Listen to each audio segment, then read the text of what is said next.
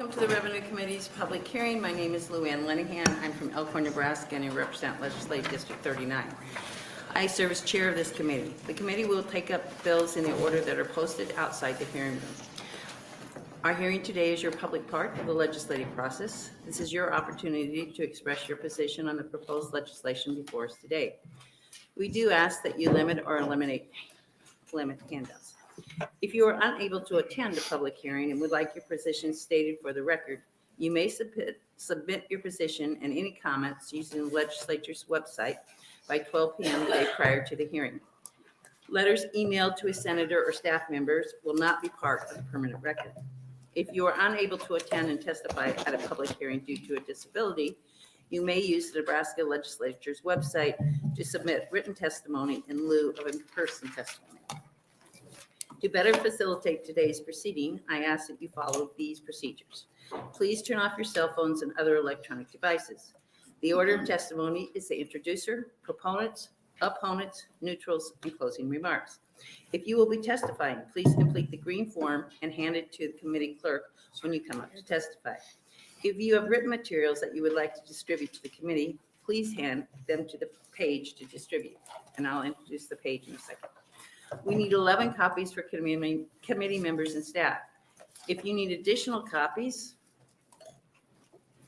please ask the page to make copies for you now. When you begin to testify, please state and spell your name for the record. Please be concise. It is my request that you limit your testimony to 5 minutes. We will use the light system. You will have 4 minutes on green, 1 minute on yellow, and then I will ask you if it turns red to finish. If there are many wishing to if your remarks were reflected in previous testimony, or if you would like your position to be known but do not wish to testify, please sign the white form at the back of the room and it will be included in the official record. Please speak directly into the microphone so our transcribers are able to hear your testimony clearly. I'd like to introduce committee staff. To my immediate right is legal counsel Lyle Wheeler. To my immediate left is research analyst Charles Hamilton. At my left at the end of the table is committee clerk Thomas Weekly. Now I would like the committee members with us today to introduce themselves, beginning at my far right. Elliot Bostar, District 29. Brad Von Gillen, District 4. Good morning, Tom Breesy, District 41. Good morning, Joni Albright, District 17, Wayne Thurston, Dakota, and a portion of Dixon County in northeast Nebraska. Good morning, George Dungan, District 26, Northeast Lincoln. And this morning, our page is Matea. Could you please stand up so they can see you? Matea, who is at UNL studying political science. Please remember that senators may come and go during our hearings as they may have bills to introduce in other committees. Please refrain from applause or other indications of support or opposition. For our audience, the microphones in the room are not for amplification, but for recording purposes. Lastly, we use electronic devices to distribute information. Therefore, you may see committee members referencing information on their electronic devices. Be assured that your presence here today and your testimony are important to us, and it is a critical part of our state government. So with that, we will open with LB 804. Senator Von Gillen.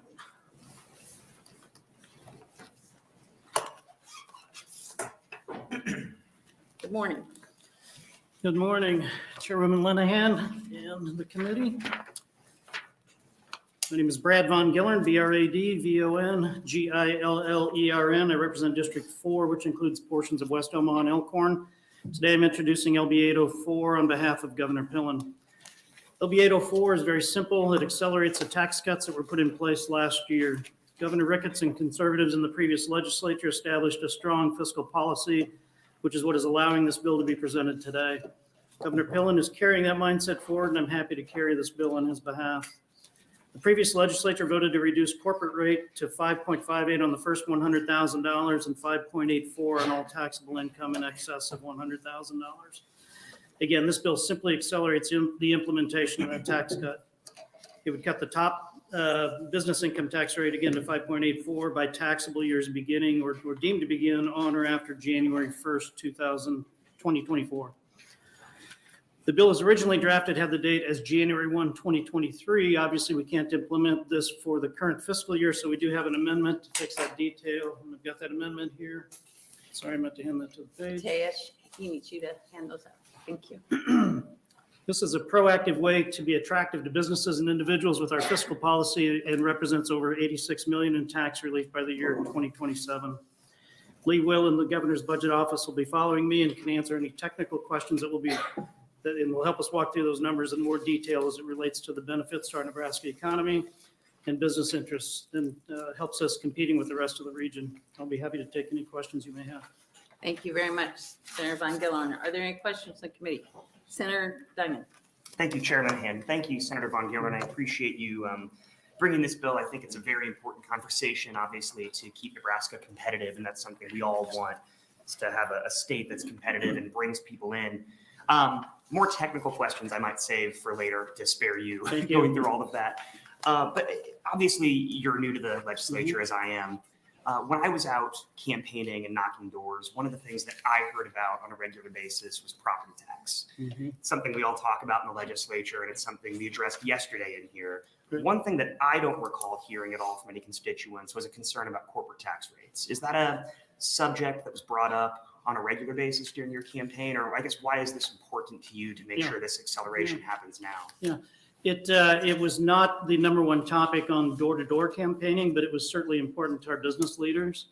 And as we talk to business leaders, it's important to make Nebraska attractive as a place to do business and to stay here to do business. And we have, particularly in my district in Omaha, many of those businesses have the option to cross the river and do business in Iowa at a discounted rate. We obviously don't want them to do that. We want to retain them, not just for the business aspect of it, but for the employment aspect of it.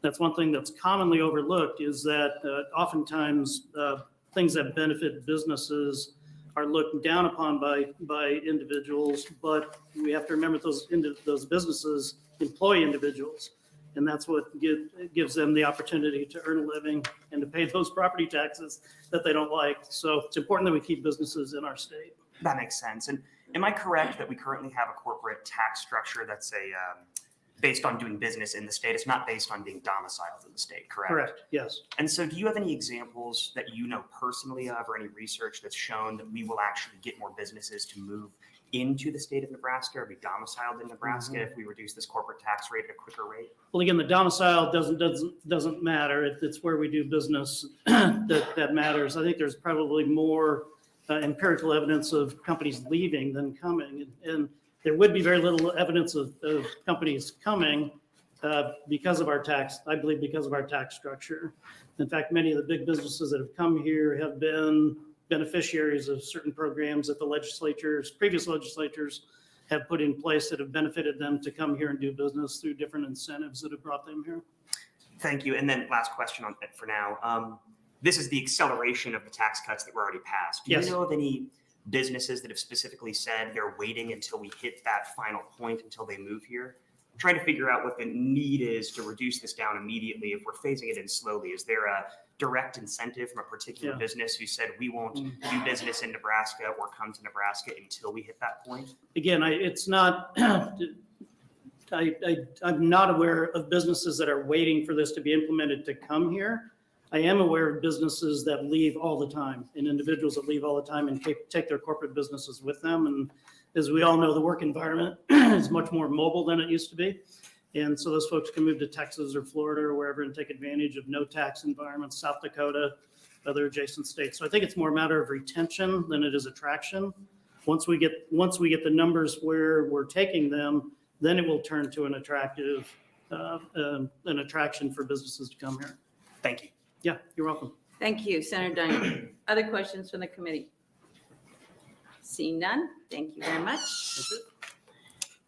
Proponents, welcome, Mr. Well.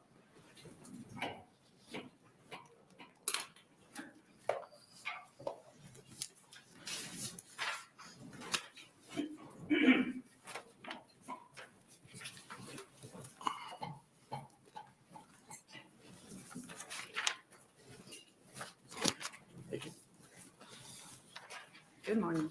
Morning. Chairwoman Linehan and members of the Revenue Committee, my name is Lee Will, Leewill, and I'm the State Budget Administrator for the Department of Administrative Services Budget Division. I'm appearing today on behalf of Governor Pillen in support of LB 804 and want to also express support for all other tax reform bills represented in the governor's budget package. This bill will lower the top business tax rate from 6.5% to 5.84%. Attracting and retaining businesses in Nebraska is critical to ensure that our hardworking people are connected with great opportunities. This rate, combined with other pending legislation, will ensure parity between our business and individual income tax rates.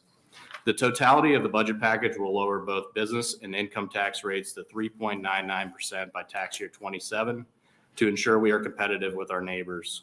The governor's aims on individual, Social Security, and business tax cuts will deliver $1.5 billion by the end of 25-27 biennium to hardworking Nebraskans.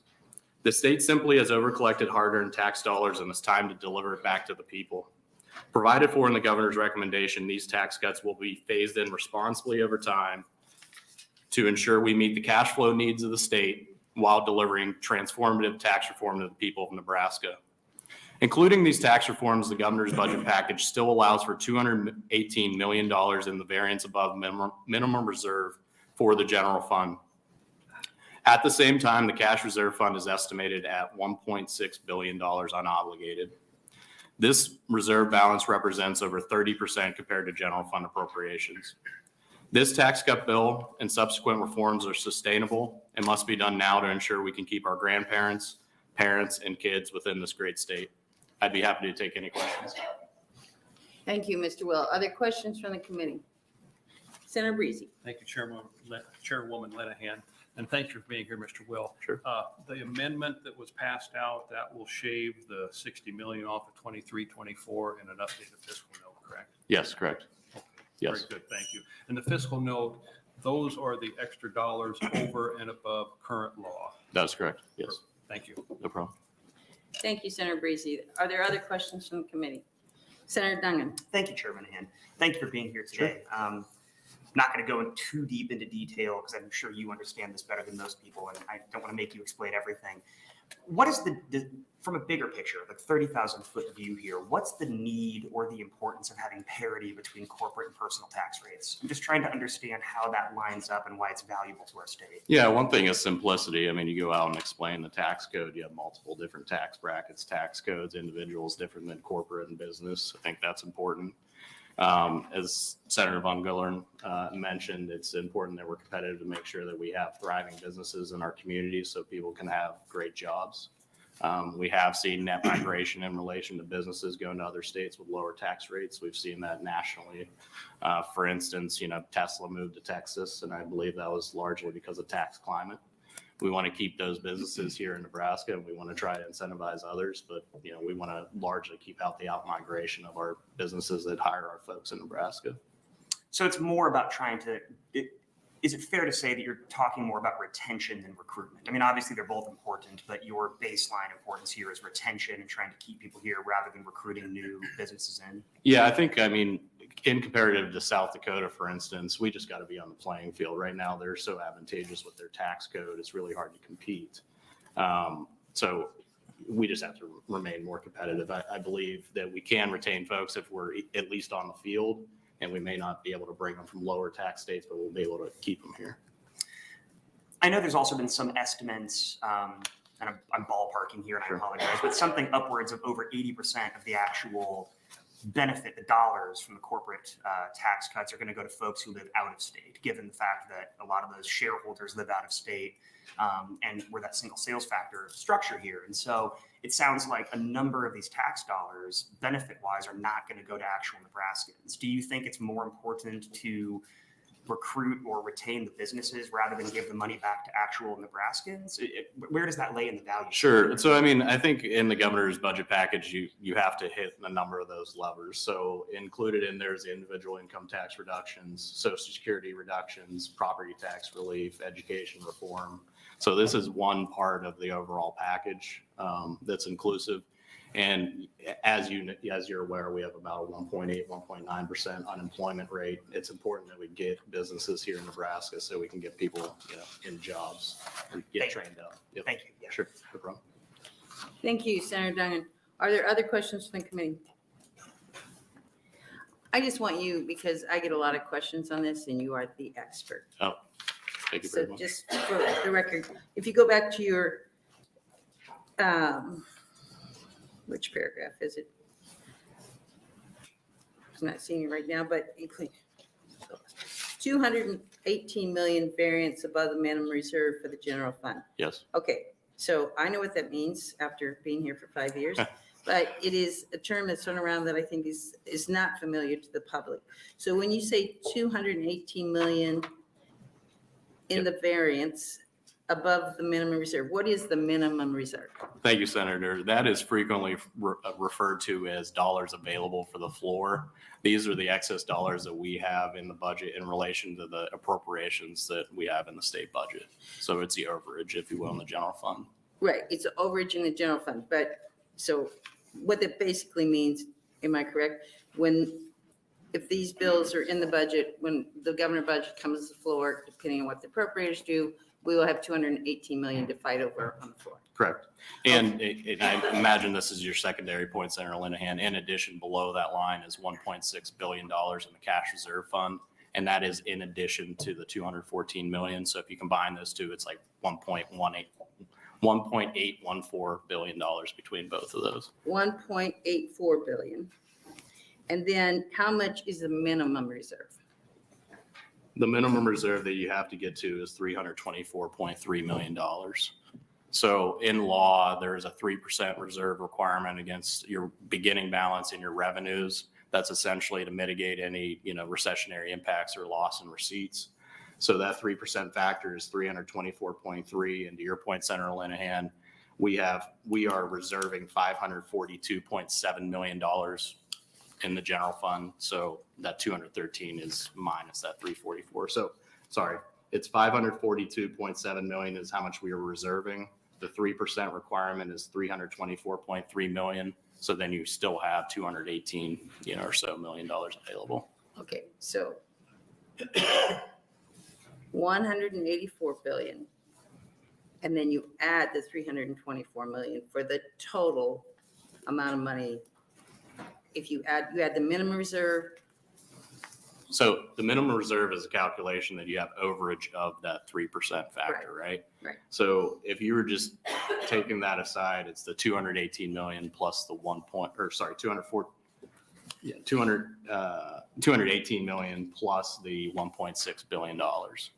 But you also have the 3% reserve requirement that's So it's required over $2 by billion law. in reserves. That's where Yes. I'm trying to go. Yes, correct. Over 200 billion, or 2 billion. 2 billion in reserves, Yes, which, and you've already accounted for in the governor's budget, another billion set aside for the education futures fund. yes. So it's $1 billion in FY24 and $250 million each year thereafter in the budget package. Okay, so I'm just trying to make clear here how much money we're talking about, because it's hard for people to digest. Yes. Okay, And the one thing is, I'll also say on revenue, in the out years, the governor's package had 2.5%. Annual growth factors for the states around 4.75%. So I think that was skinnied a bit. I will say inflationary pressures has actually been really good for state receipts. I think we're at a new baseline. Individual income has gone up because of the pandemic, and after the pandemic, sales tax has obviously gone up. Things are more expensive to buy if you have the same percentage against that. So I do believe we're at a new baseline coming out of the pandemic. but the governor's budget is based on 2.5% growth? 2.5% in the out years, and the current biennium with the NEFAB board is 0.8%. Okay. All right, any other questions from the committee? Senator Breezy? Thank you, Chair Linehan. Thank you again for your testimony. Sure. You talk about the sustainability of this, and as state budget administrator, you've looked long-term, right? Yes. The sustainability of the entire tax package. Yep. You see in the out years, you're only assuming 2.5% revenue growth. Correct. Very sustainable. And even beyond that, it looks sustainable in your Yes. opinion, correct? Yep. And if you look at 08, 09, that was the time where we lost the most revenue on a percentage basis. It was around 4.5%. If you take those two worst years over the 45-year period and plug them into the status, you're around negative $900 million. And we still have a $1.6 billion cash reserve fund balance. So you could bludgeon, two of the worst years in state history and still come out with about $700 million in the cash reserve fund. Very good. but based on your work, long-term, Yep. the entire package is entirely sustainable. Absolutely. Very Yes. good, thank you. Thank you, Senator Breezy. Are there any other questions from the committee? Seeing none, thank you very much. Thank you very much. Other proponents?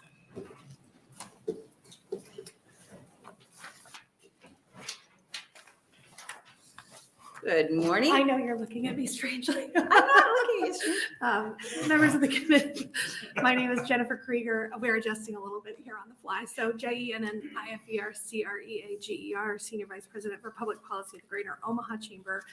I'm here today for the Omaha Chamber, the Lincoln Chamber of Commerce, the Nebraska Chamber, the Nebraska Bankers Association, NFIB, Blueprint Nebraska, and the Platt Institute. We're adjusting because procedurally, we just wanted to do this on this bill and the next bill, indicated all our support for these two bills. We have subject matter experts behind me. I promise you I'm the dumbest person in the room on tax policy, so please save your questions for them. They are prepared to answer it, but we just thought we'd help you get through these first two bills quickly and then move on to the bulk of testimony for 754. And we appreciate that very much. Do you want me So- to come back on 805 or? Well, I need to understand clearly. So you're representing Omaha, Lincoln, Bankers Association, Blueprint, Platt Institute, NFIB NFIB, and the Nebraska State Chamber and Nebraska State Chamber. on both 804 and 805. 806, sorry, 806. Clearly, I am adjusting on the fly. Stop it, you're fine. Do we have any questions? Thank you. Excellent. Oh, wait a minute, I'm sorry. I just want to thank her for combining all of those people. It's not my first rodeo. She does. Yes.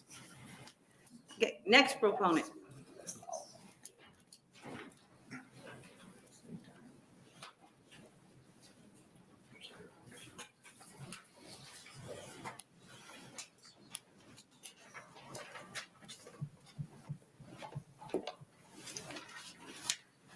Good morning.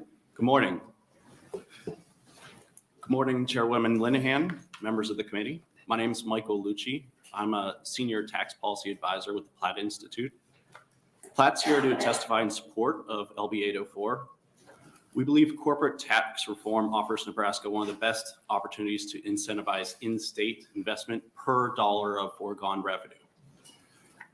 This reform would simply accelerate a rate change that's already in law, bringing the rate down to 584 this year instead of in 2027.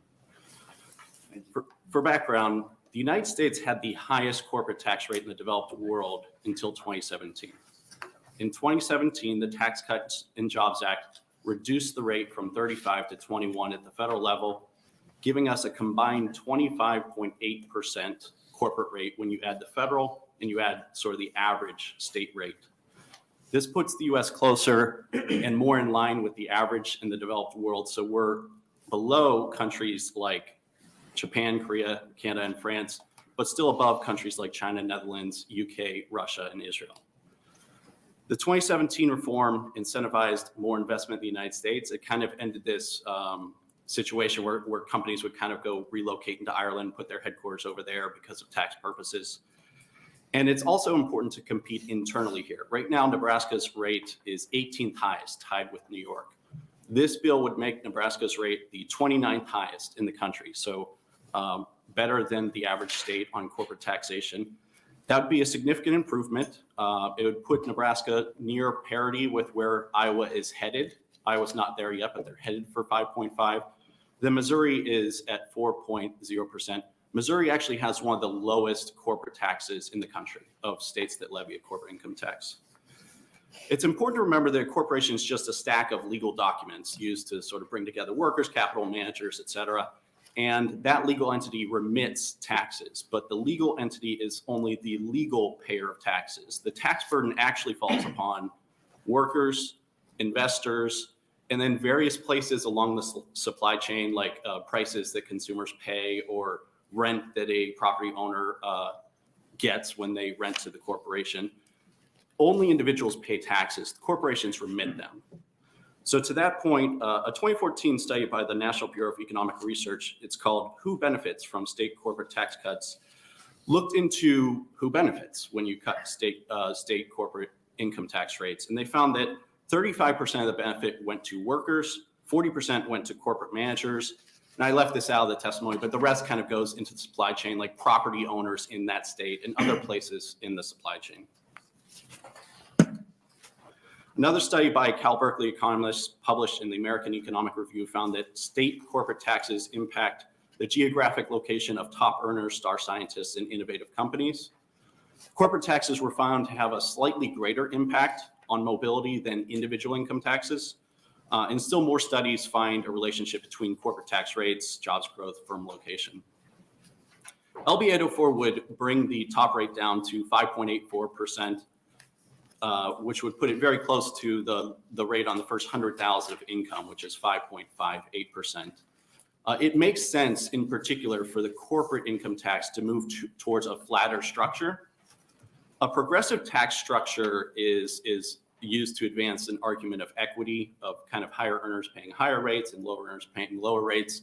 However, that argument doesn't apply for corporations because corporations are owned by shareholders, and there are low-income shareholders, there are high-income shareholders, there are middle-income shareholders. In other words, hedge funds and pension funds both own Microsoft. So the idea of having higher rates for higher earning incomes, again, the corporation is just the legal entity that remits those taxes. The taxes are actually paid by individual workers, investors, and folks along the supply chain. In conclusion, Platt Institute supports LB 804, believes accelerating this corporate tax rate reform will help advance Nebraska's economy and workers. And I'm happy to take any questions and be involved in furthering this discussion. Thank you very much. Are there any questions from the committee? Senator Dungan. Thank you, Chairman Hand, and thank you for being here.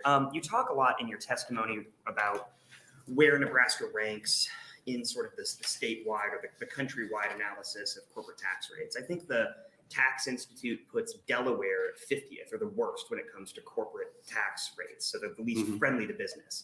Obviously, we all know that Delaware has a great number of corporations and entities that exist there. So it seems to me the corporate tax rate is not the only thing that companies are looking at when they decide to work within a state. Can you kind of reconcile why Delaware has so many good corporations headquartered there or working there if they have the worst corporate tax rate? So my wife has a corporation. She immediately filed in Delaware. It's because of the Chancery Court in Delaware and the long history of essentially legal decisions made vis-a-vis corporations.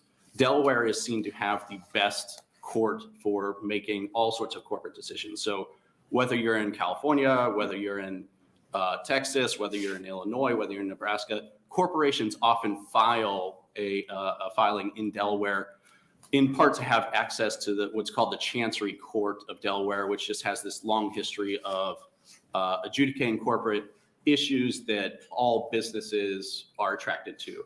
In terms of where their tax liability is, I mean, Delaware does, on the tax side, sort of take advantage of that to levy strong corporate taxes, but they're able to do that because corporations are attracted, amongst other things, to the Chancery Court in Delaware, which makes very clear, like it gives them very clear certainty on where they'll fall on certain legal questions.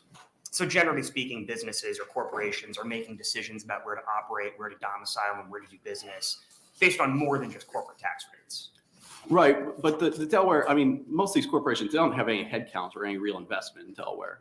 They just, they file there. So they're not going to have all their capital there, their workers there, their sales there. Of course, Nebraska has single sales, which will determine where their tax liability actually is.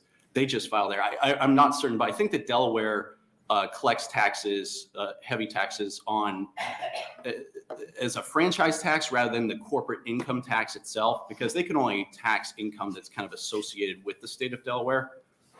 They can't be taxing income that's being generated elsewhere. So could a corporation be domiciled in California, have their corporation paperwork be filed in Delaware to benefit from that Chancery Court, but still get tax liability in Nebraska because of our single sales factor taxes, and have the reduction that we're talking about giving here go to shareholders who live in California with their paperwork filed in Delaware, but they're getting the benefit of our tax reduction in Nebraska? Sure. So there would be some amount of that for sure.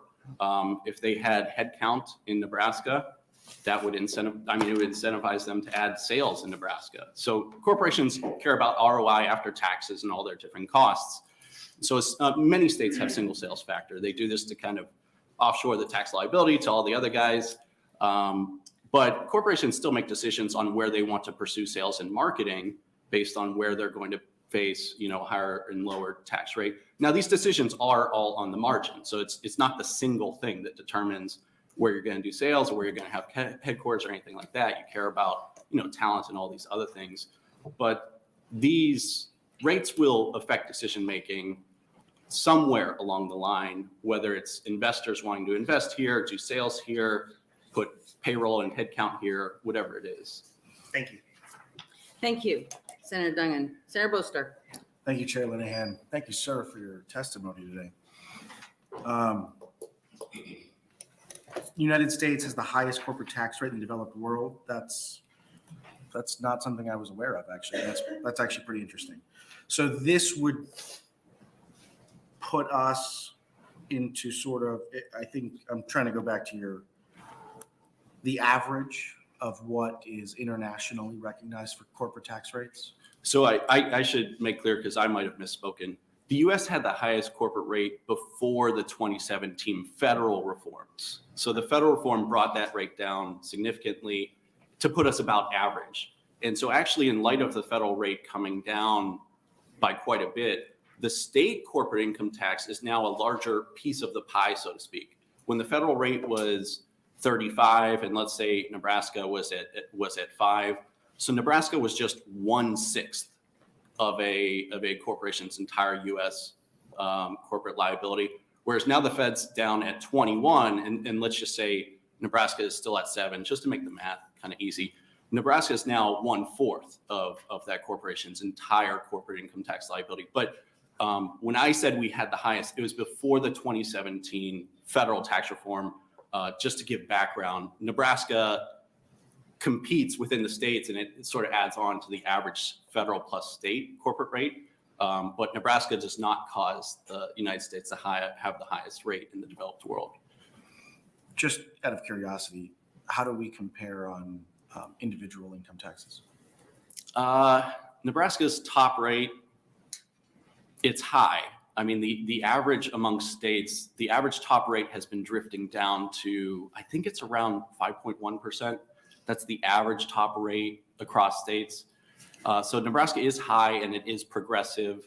Obviously, the reform we'll talk about later is addressing that, bringing it down. But that, Nebraska is high on both corporate and individual rate. I don't know exactly where Nebraska ranks on its top rate. I would guess it's somewhere around 12th highest, but I could follow up with you. That's just kind of a guess on my sense of state tax rates. And actually, since you just brought up the progressive nature of, our current taxation on both sides.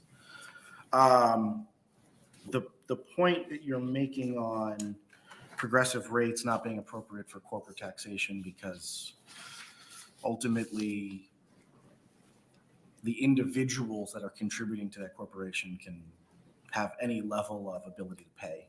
Right.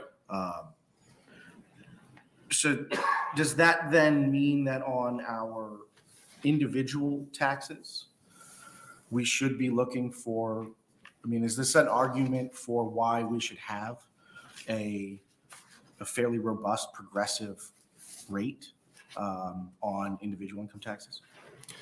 So the argument on individuals, it's kind of equity versus efficiency, right? So some folks want higher rates on higher incomes, lower rates on lower incomes. I will note that of all the proposals today, Nebraska will have a progressive tax structure. No matter if you adopt 754, I think it is, Nebraska will have a progressive tax after that. Nebraska could have a flat tax with a standard deduction, and it will be progressive. You'll see that you pay slightly higher rates at higher incomes, lower rates at lower incomes.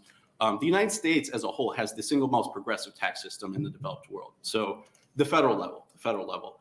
So on the background here is we have a highly progressive federal tax system. It's also quite, it redistributes a lot, which makes it actually more progressive when you factor in the redistribution part of it too.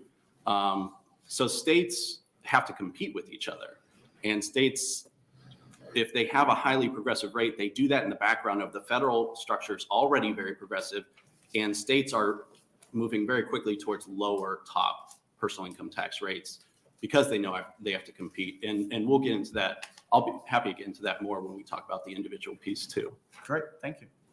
Thank you, Senator Bostar. Are there any other questions from the committee? Had one if I can remember. When you say the average rate of states, that would include states like California and Connecticut, where the top rate is really, really high. Like, I can't remember what's in California, but I think it's 884 in California. It's around 884, something like that. But when I'm giving the federal plus state, so federal's 21, and then the weighted average of states is, I think, 4.8 is what's reflected there. So you have your California 884. I think Illinois is 10 and a half or 11. South Dakota, I think, doesn't have corporate income tax, so there's 0. So it weights all that. yeah, okay, thank you. Any other questions from the committee? See none, thank you very much for being Thank here, you. appreciate it. Other proponents for 804?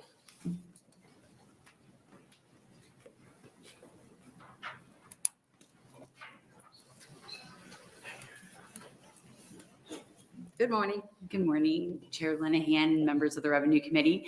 My name is Jessica Shelburne, JESSICA-SHELBURN. I represent Americans for Prosperity Nebraska, and I'm going to be very similar to Jen Krager and just say we are here to offer our full support of LB 804, and I will probably be back to do the same on 805. Okay, thank you. Are there any questions? Seeing none, thank you very much.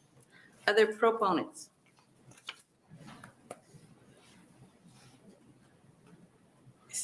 Are there any opponents?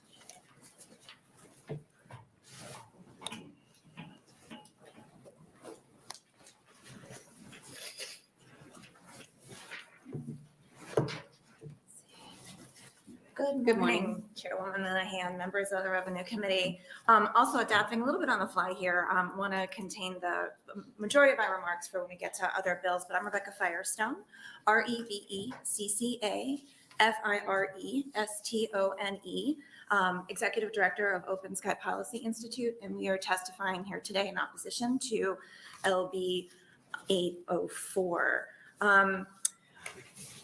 Generally speaking, we don't see profound evidence that reductions in corporate tax rates are necessarily going to be a sole motivator of economic competition within the state of Nebraska. We see that the preponderance of the evidence suggests that there's a variety of different factors that go into making different states economically competitive. Instead, what I would like to lift up here is where the variety, or is where actually the effects of this top rate are likely to go. Our modeling analysis suggests that from the 804 top rate cut, the predominance of that tax cut will go to the top 1% of income earners in the state of Nebraska.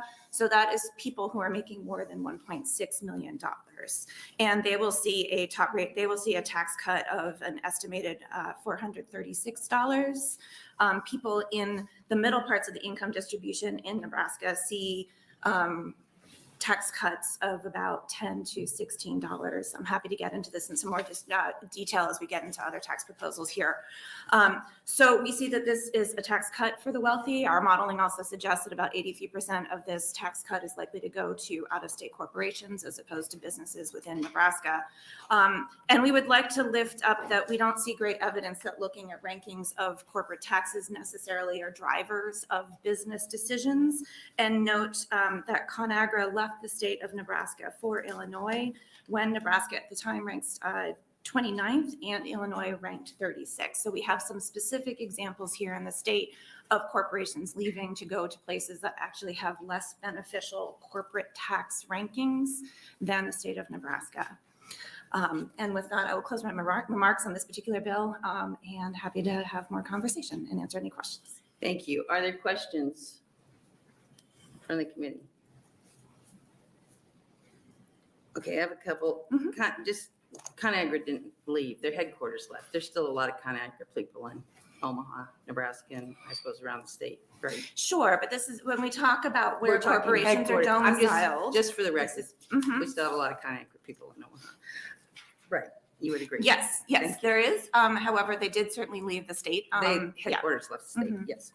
On who gets the tax cuts when it comes to corporate, you don't agree with the testimony, prior testimony, that who actually ends up paying the taxes are the people that are the shareholders? We were trying to sort of model who sort of within Nebraska is actually going to see a tax cut in our modeling. Looked at specifically sort of for people who are paying taxes in Nebraska, that the top. But how would you income know earners- who's shareholders and who's not? We are doing this on the basis of who's paying personal income taxes and sort of, and But so this isn't planning that, personal. that tax cut is through like participation in retirement funds. So, and this is therefore through the mechanism of shareholders, but then that flows down to actual looking at personal income taxes as well. So aren't some of the largest pension funds, some of the public pension funds, and teachers, other pension funds? So those wouldn't be high-income people. We are looking at where the predominance of the tax cut is going to be affected in the terms of the income distribution of Nebraskans, and our modeling suggests that is within Nebraskans who are at the top 1% of the income distribution in Nebraska. And that is likely because they are people who have income that is participating in the stock market and are seeing tax cuts that way. Well, what about all the people whose pensions and retirements and IRAs are invested in the stock market? Proportionally, those people are going to have much less of their income invested there than people It's who are not their top 1%. income, it's their pensions. I'm talking about their pensions Mhm. that are invested in the market. Mhm. So if the higher corporate tax would affect those investments, and those investments are shared by a wide variety of low, middle, and high-income people, right? I'm happy to provide you the details of our modeling to show how Okay. this actually flows down to personal incomes, but as was discussed previously, eventually individuals are going to pay income taxes, and that corporate activity is going to flow down that way. So we can talk more about the modeling. I'm happy to share that Thank you. information. Thank you. Any other questions from the committee? Thank you very much. All right, thank you. Other opponents?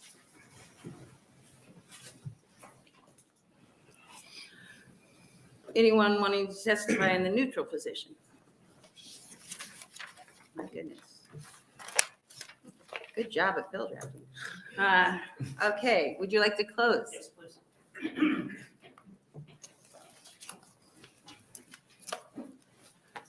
Thank you again, Chairwoman Linehan. In the committee, just a couple of questions or issues that were raised that I'd like to address. And I've actually got some personal experience in a handful of these. One of the questions, some great questions, by the way, Senator Duncan.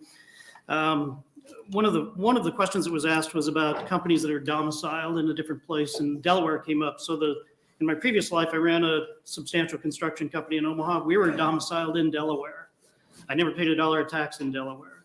We sent them registration fees, Secretary of State filing fees, but all of our corporate taxes were paid in Nebraska. Continuing on that theme, we were in a C Corp, so this would have benefited, and by the way, I have no interest in that company anymore. So this is purely personal historical testimony. The C Corp pays the rates that we're talking about adjusting today, but many corporations are S Corps, and that leads back to your question about why align the personal tax rate and the corporate tax rate. The corporations, again, pay the higher rate, or C Corps pay at a higher rate, S Corps pay at the individual rate. They get a K-1, it flows through their personal income taxes. LLCs, LLPs, ESOPs typically are all S Corps, and so that would apply. So aligning those again gives more reasons for more corporations to stay and do business here in Nebraska. There was a question raised about out-of-state shareholders. Again, I'll lean on my personal experience. Regardless of where my company was domiciled, where our headquarters were, if I pounded nails in Iowa, we paid Iowa tax. If I pounded nails in Nebraska, we paid Nebraska tax. So our workers were employed in Nebraska, and so therefore we paid Nebraska corporate taxes. So again, where the company is actually physically doing business is certainly critical. And then lastly, regarding Ms. Firestone's comments about the shareholders, our company at one point had 14 shareholders. They included project superintendents, we had a payroll clerk, our corporate secretary. And so all of that, the benefits of that corporate tax rate would have flowed down through each one of those individuals. So it does trickle down and impacts people far greater than simply the top 1%, as was indicated. So happy to take any further questions. Thank you. Are there questions from the committee? Yes, we don't do the lights on that closing. Yeah, it's on. That's okay. Senator Dunn. Thank you, Chair Minahan. I think the yellow light's been stuck or something for a little while. But Okay, I'm sorry. I noticed it earlier too. I think it was It's like- affirming. Right, I was concerned maybe I was taking too much time, but We have a special light. exactly. We have one back here that you people can't see. No, I appreciate those answers, Senator Von Gilman. That's helpful to sort of understand. We're going to talk a lot more, I think, about corporate tax rates and income tax rates moving forward here. I keep sort of getting ahead of myself and forgetting the bill that we're talking about today, right now, is accelerating the tax cuts that were already voted on. Correct. Yeah. I wasn't here, obviously, during the last session. I know there was a large debate and a long conversation surrounding that. You also mentioned you brought this bill sort of on behalf of the governor, and I know there's been other conversations that have happened. What's the reasoning behind the need for this immediate acceleration? I mean, obviously, we have this stair step where this is already going to be put into place by 2027, I think it was. I know we're looking at a number of large tax cuts over the next few years, and I think there's some understandable concern about the hole that might leave in regards to revenue loss that we're going to have over the next few years. And I think from the outside looking in, some of the conversations that we saw last year were how we can reduce tax rates but still be responsible stewards of that revenue. Do you know why we need this immediate drop down to that 5.84% rate?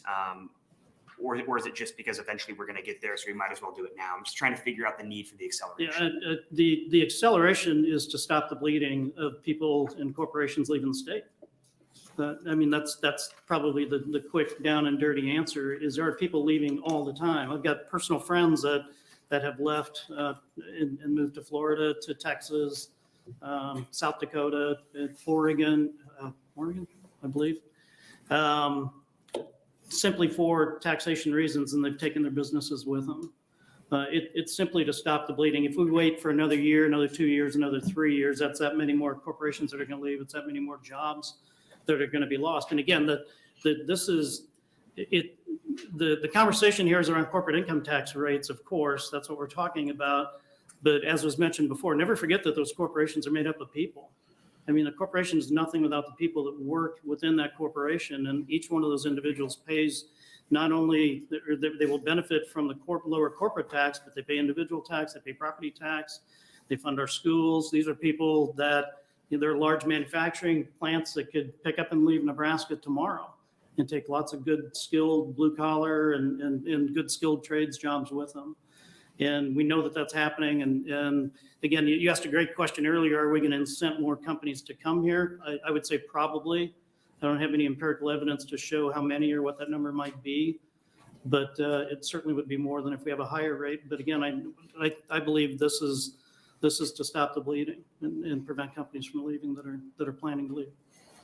No, I appreciate that. And Yeah. it's helpful to understand that. I know Thank that you. in my cursory amounts of research, there's some evidence to show millionaire migration. I know to places like Florida, but obviously they're a lot warmer than we are here in Nebraska. And so there's other reasons I know people are incentivized to move elsewhere, but I do appreciate the answer and the explanation. Thank you. Thank you. You bet.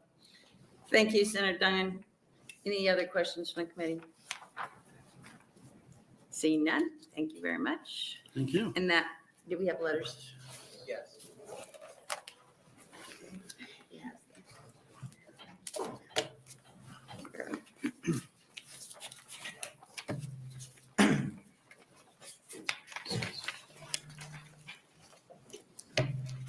Sorry. I like it. Oh, thank you.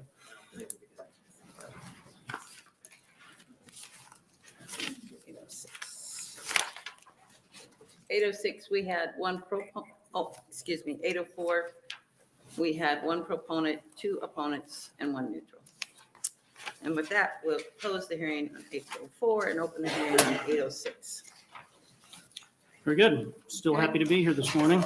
Good. I'm still Brad Von Gillern, BradVonGillern, representing District 4, which includes portions of West Omaha and Elkhorn. LB 806 is my second bill today, submitted on behalf of Governor Pillen. Like 804, 806 is very simple. It does the same thing as 804, but addresses the individual tax rate. Again, we want to continue with Governor Ricketts. Now Senator Ricketts and the legislature started last year with strong fiscal policy and joined Governor Pillen to continue making Nebraska stronger. 806 would cut the top individual income tax rate to 5.84 by taxable years beginning or deemed to begin on or after January 1, 2024. Again, like the other bill, we have an amendment which is being passed around to fix the date on the original bill language. We're all feeling the rising costs of goods and services, record high inflation, and high gas prices. This bill comes with a rate decrease as well as the accelerated components, so Nebraskans can start seeing these savings immediately. With the amended language, this is over $340 million in tax relief by tax year 2027. Again, we have others who will follow in support of this bill, but I'll be happy to take any questions you may have. Thank you very much. Are there questions from the committee? Seeing none, thank you very much. Proponents. Mr. Will.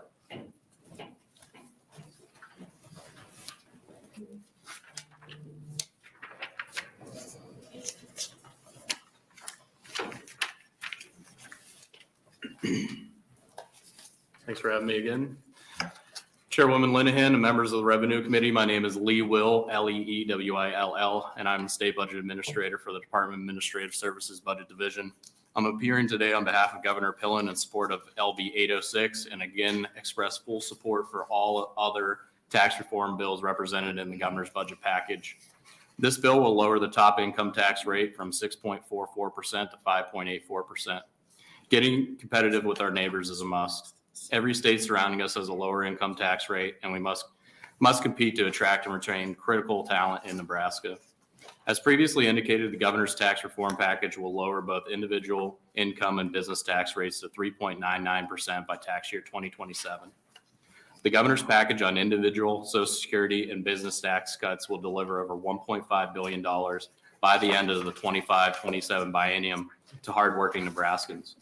Provided for in the governor's budget recommendation, these tax cuts will be phased in responsibly over time to ensure the cash flow needs of the state while delivering transformative tax reform to the people of Nebraska. I'd be happy to take any questions. Thank you. Mr. Will, are there questions from the committee?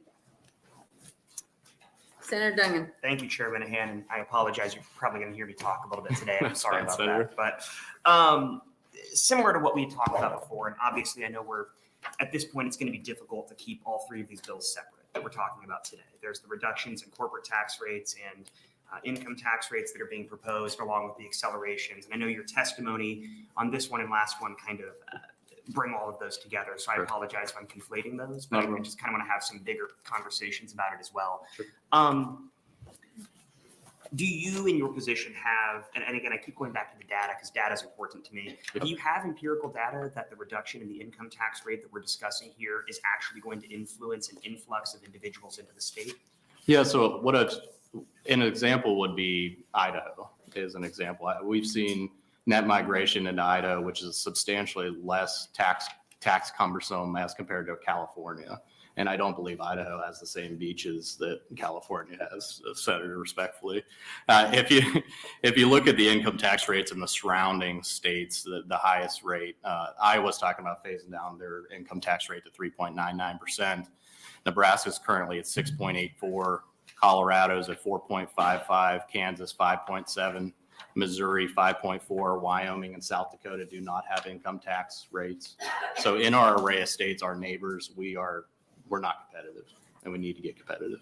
And under the proposed tax modifications that we're talking about here, how much would the average Nebraskan receive as a reduction? If we're looking at like an average median income, do you know, based on your data, what we're looking at in terms of a reduction for just person living in LD 26 who makes the median income? Yeah, I'd have to run that model for you, Senator, but what I can tell you is obviously we've talked about the progressive nature of the taxes. So for 22 tax rates, $0 to 3,400 about pay 2.46% of income. And then it's 3,400 to 20,500 pay 3.51. And then this is for individuals. Anyone over 20,500 would receive a tax cut in this package on the current rates. So I'd imagine that's a substantial amount of folks that are receiving over a $20,000 income. And But what would the I could run percentage? that. And sorry, what would the percentage be on somebody making over $20,000 income? It would go down to 3.99 by tax year 27. So those third and fourth brackets would fold into 3.99. And we're talking about under the plan being proposed by the governor. Yeah, the totality of the plan, not the phase-in rates. That the 5.84 on this bill is just related to the top income tax rate in the current tax year. Okay. Or tax year 24, excuse me. I appreciate that. Yep. I just done some quick math, and I think like people, the median income in Nebraska is something around $33,127, right? And if we're looking at people who are making about $33,000 for income under the proposed plan, at least based on my math, which I'm willing to admit may not be as detailed and nuanced as your math, but we're looking at about a $300 reduction in taxes. And I struggle to believe that somebody's going to move into our state based on $300 of a reduction of tax. It's going to cost them more than that to hire the moving van, right, to get them here. And so the people in my district that I represent tend to not make the higher income brackets. I mean, some of them do, obviously, but a lot of the folks in LD 26 are folks making closer to that median income based on the data that I've seen. And so I guess I struggle to see that this is actually going to incentivize folks to move into Nebraska based on the fact that we're talking about a relatively minimal tax cut for the average person. But I'd be happy to talk to you more about that sort of in outside of here about whether or not that modeling is correct. But I just want to raise that point because I have concerns about whether it's actually going to incentivize an influx of folks into our state. Gotcha. That was a $300 an annual figure, or did you run that over the lifetime? I think it was an annual figure. I think it was $300 annually. I would argue that if you're making $30,000, $300 would be a big impact for you. Listen, I make $12,000 a year. So. And I would imagine 300. I mean, I came from Pennsylvania about 7 years ago. It is astonishing to me that Pennsylvania, which is a high tax state, is at 3%, and Nebraska is at 6.84. My wife had me, I moved with her to Nebraska, and I was really surprised when I got here. That was one of the highest tax states in regards to the highest, or to the top income tax bracket. So, I mean, we have these array of states that are all lower than us, and we're surrounded by them. We are seeing people go to these lower tax states. We are seeing that happen in out-migration. So, I mean, if you look at the maps of population growth, a lot of those are commensurate with the lower tax states. Yeah, and like I said to Senator Von Gillen, obviously, I think it's incredibly important to make sure we recruit people and retain people in Nebraska. And sure. I know taxes are a component of that. And so I'm trying to figure out sort of whether that's the main incentive or if that's just something that happens. Because obviously people don't move in a vacuum. But sure. I do appreciate your perspective on that. I'm sure we'll have more questions as the day goes on. Absolutely. Thank you. No problem. Thank you. Thank you, Senator Dungan. Are there any other questions? I think Senator Dungan was referring to the median income per capita. Is it I just Googled it, I'll be honest. The median household income in Nebraska is over $66,000, according to Google. That sounds about right. That yes. sounds about right, doesn't it? Yes. So most households would see significant tax cuts. Yeah, in a package. Yes, but there are different tax rates for, married filers. So, but yes, there would be a substantial amount of relief for folks. Thank you. Yes. Are there any other questions for the committee? Seeing none, thank you very much for being Thank here. you. Oh, wait a minute. I have one other question. Oh, no problem. Back to my questions when you were up here the first time.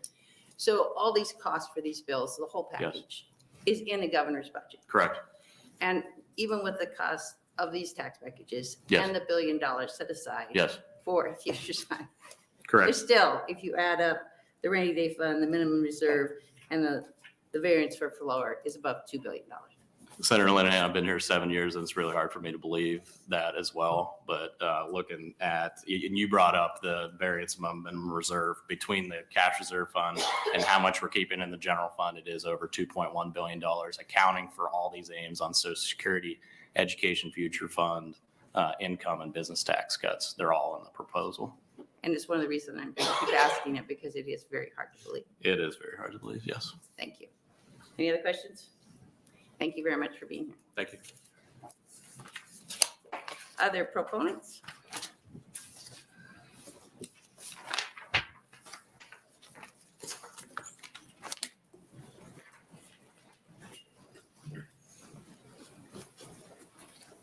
Good morning.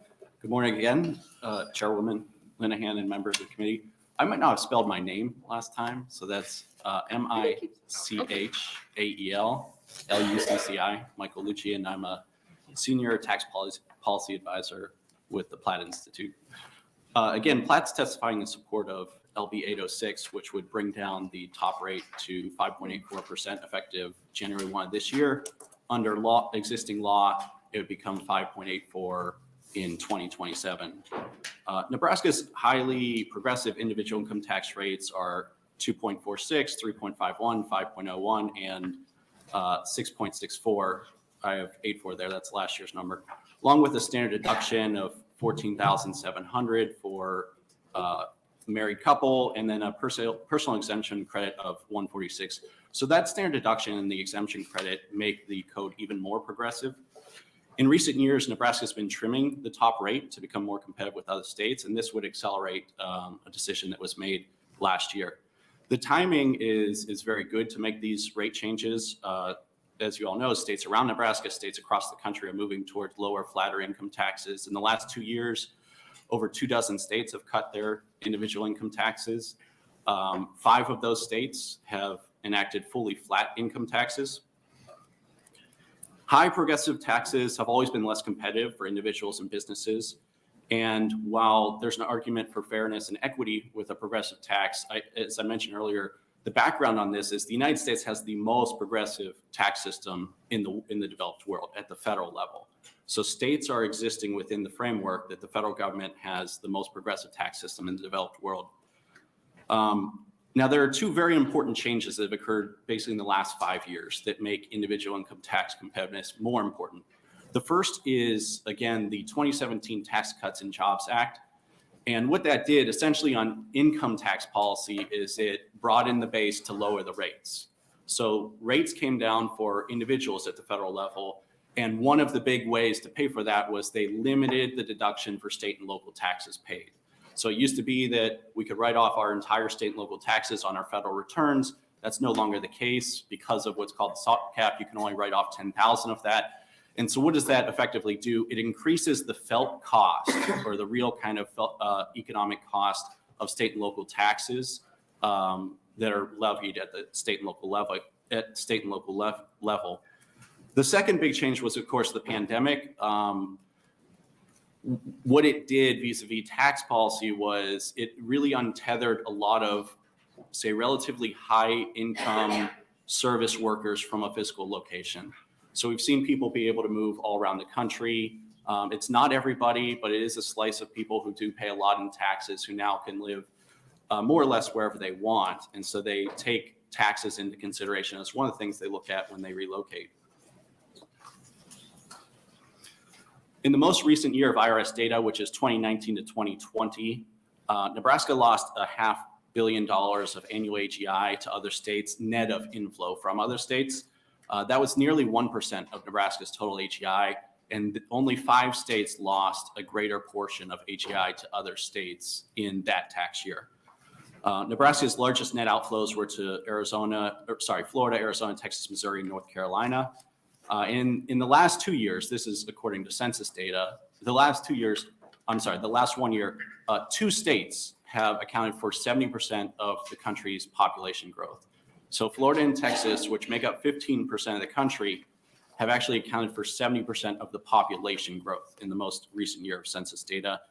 There are multiple reasons that go into that, but we can't ignore that neither of those states levies an individual income tax. And lastly, even if the changes in this bill are made, I want to point out that Nebraska's income tax would remain progressive. To fill in some of the numbers here, so a family of 4 making $30,000 will have a 0% income tax rate in Nebraska because of standard deduction and then the imputed value of the personal exemption. A family making $60,000 would pay an effective rate of 1.66%. Family making $100,000 Family of four making 100 would pay 3.16%. That would be their average tax rate. Family making 300,000 would pay 4.95%, would be their average sort of effective tax rate. So Nebraska's tax code would remain progressive. There would be a substantial portion of people who don't have an income tax liability, or they get it credited back by their personal exemption credit. So even with accelerating this bill, or even the bill we'll talk about later, Nebraska will remain a progressive income tax state. And thank you again for the opportunity to speak with you, and I'll take any questions. Thank you very much. Are there questions from the committee? So go back to the SALT thing. You have figures that show, because we don't get to deduct that anymore from federal or state, what that does to middle income earners if they happen, because we do have high property taxes here. So on average, it's basically the top 25% of earners pay, set aside that the federal rates came down. Because of the SALT deduction going away, it's about the top 25% of earners pay higher federal income taxes, setting aside that the federal rates came down. And so how that kind of actually looks is the states with really high taxes, you have people in those states whose tax liability actually went up, individuals like higher income individuals, even though their federal rate went down because they lost the ability. So a Californian can no longer deduct their 13.3% of their high income on the federal return. But if your state and local taxes are $10,000 or lower, you could still deduct that. You still have a $10,000 SALT cap. But if you have some really high income, you're only deducting $10,000 of your tax liability on the federal return. Or your property taxes. Oh, right, your property taxes also. Yes, okay. Any other questions from the committee? Seeing none, thank you very much.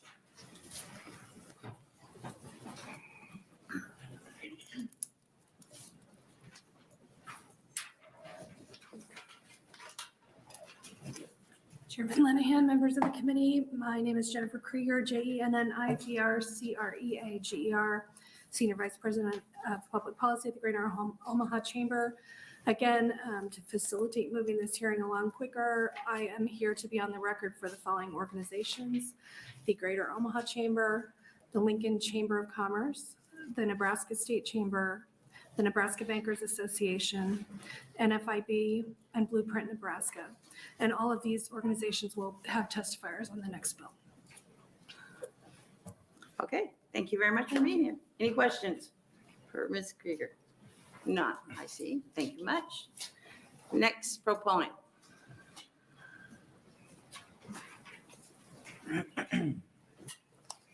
Good morning.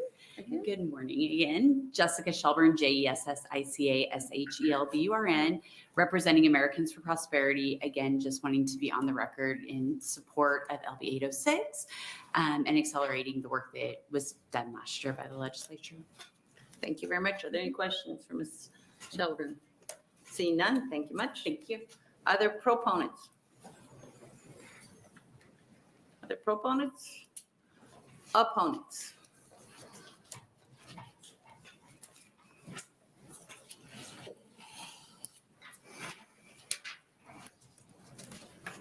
Good morning. Good morning. Members of the Revenue Committee, Chairman Lenahan. My name is Rebecca Firestone, REBECCA FIRESTONE, Executive Director, Open Sky Policy Institute. We would like to be on the record as opposing LB 806, and we'll note that our analysis of the distribution of the effects of this specific tax cut of accelerating last year's tax cuts down to 5.84% now. Again, the top distribution of Nebraska's income distribution, the top portion is what receives actually a tax cut predominantly under this particular proposal. So our modeling suggests that the top income earners in the state, people making more than $1.6 million, would receive a tax cut of $9,755 under this proposal. Whereas people in the third income quintile, which is people starting at about $55,000, would receive a tax cut of about $80 under this particular proposal. So we'll have a little bit more conversation about regressivity, progressivity, I think, under the next bill that we'll talk about in the package, but just want to highlight that this particular proposal itself is predominantly targeted to benefit the wealthiest Nebraskans. Thank you. Thank you. Are there any questions? Seeing none, thank you for being here. Are there any other opponents? Anyone wanting to testify in a neutral position? Senator Von Gillern, would you like to close? And when you're coming up, we did have letters for the record, 1 proponent, 3 opponents, and 0 neutral. Thank you. Just a quick close, and I won't try and rehash all the varied math that we've heard about the potential income of this. But we've heard numbers anywhere from $80 to $300 to potentially $600 to $1,000 for median income. Again, I'm not going to rerun the math, but I do know that this committee had a hearing last week on a sales tax exemption that was proposed for diapers, and the figure that was proposed or that was given at that point was that it would impact households by about $70, and that was seen as a substantial improvement for those households. So I think any improvement we can do for Nebraskans in their income tax scenario would be seen as beneficial and would potentially impact households dramatically. Thank you. Are there questions for Senator Von Gillern? Sorry. Okay, with that, we close the hearing on LB 806, and I'm trying to stall because I don't know where my book is to introduce the next bill. Thank you. See? Good military. She says a problem, he's gonna go fix it. I think Grant can do it. Oh, we got it. Okay.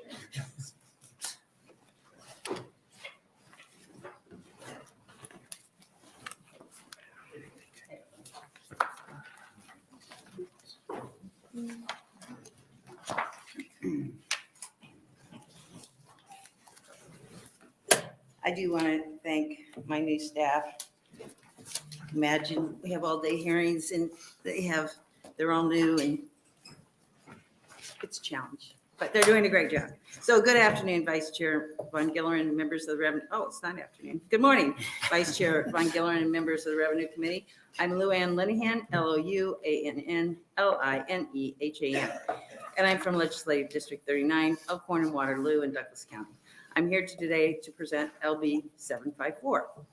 LB 754 is a very straightforward bill that works to incrementally cut the top individual tier tax rate to $399 and cut the business tax rate to $399 by tax years beginning on or after January 1, 2027. There were a couple of drafting errors in the bill as introduced, and I brought an amendment 162 to fix these errors, which I think you have. The tax climate is critical to all of our constituents. Now more than ever, young people and professionals consider taxes when electing where to call home. Our tax structure plays a critical role in developing our economy, creating jobs, and expanding our workforce. Nebraska is currently ranked 29th for personal income tax rates and 32nd for business income tax rates. However, LB 754 provides the committee and the unicameral at a large opportunity to fix these unfortunate rankings. If enacted, LB 754 would incrementally decrease both individual and business tax rates, with ending with Nebraska being in the top 15 states for lowest personal and business income tax rates. As previously discussed, it's imperative that we take measures to improve our tax climate and create a tax regime that is welcoming to all current and future Nebraskans. LB 754 with AM 168 is a strong step towards that goal and will be a strong measure towards further strengthening our economy and developing jobs and enhancing our workforce. For all these reasons, I request the committee to approve and advance LB 754 with AM 162 and provide Nebraskans both present and future with the tax relief that they both need and deserve. Thank you, and I'm happy to answer any questions. Thank you, Senator Linehan. Questions from the committee? Senator Dunn. Thank you, Vice Chair Von Gillern, and thank you, Chair Minahan. I appreciate you running all of this and letting me talk so much today. I know I know I have a lot of questions. One of the things that I think is concerning about this proposal, or one of the things that's popped into my mind, is the overall revenue loss that we're looking at. I know some projections have said that when this is fully realized by 2027, we're looking at upwards of almost $1 billion in lost revenue. Taking that in conjunction with a lot of the other things we've talked about here today and other parts of the governor's plan that I know are being proposed, most notably, I think the increase in things like state aid to schools. Are you concerned that the loss in revenue is going to have a long-standing impact on the commitment that we've made to give state aid to schools, or what's the interplay between those two going to be moving forward? I'm not the least bit concerned, and that is why when Mr. Will was up here, I asked him several times how the budget worked. With the $1 billion going to the Education Futures Fund, and with all the tax cuts proposed in the governor's budget and these packages, we're still going to have over $2 billion between the rainy day fund, the minimum reserve, and what's on the left for the floor. So when I got here, we were told continually that if we had 800 million in the rainy day fund, we were a happy city. So now we have 2.5 times that. So we clearly are collecting too much in taxes from the people in Nebraska. And I know we just got done hearing testimony on the other bills that are about the acceleration of the tax cuts from last year. I know some projections as well, and again, my math is probably quick here and I apologize, but some projections say that between this proposal and the acceleration of the tax cuts, we're looking at upwards of 2.3 billion or something in that ballpark come 2027. I was unclear from the testimony earlier, and maybe he can clarify again. Is the rainy day fund and what we're going to have left over taking into consideration both this proposed tax cut in addition to the acceleration of the tax cuts? Yes, it does. Okay. I just wasn't clear. I No, appreciate that's, I know, and it's hard to imagine. I get that. That's why I keep repeating this. Yes, all the tax cuts, trust fund, and we're still going to have $2 billion. Thank you. And 800 million was the goal. Thank you. Uh-huh. Any other questions from the committee? Thank you, Senator Linehan. We'll welcome any proponents for LB 754. Welcome, Governor Pillen. Good morning. Hope everybody's doing good this morning.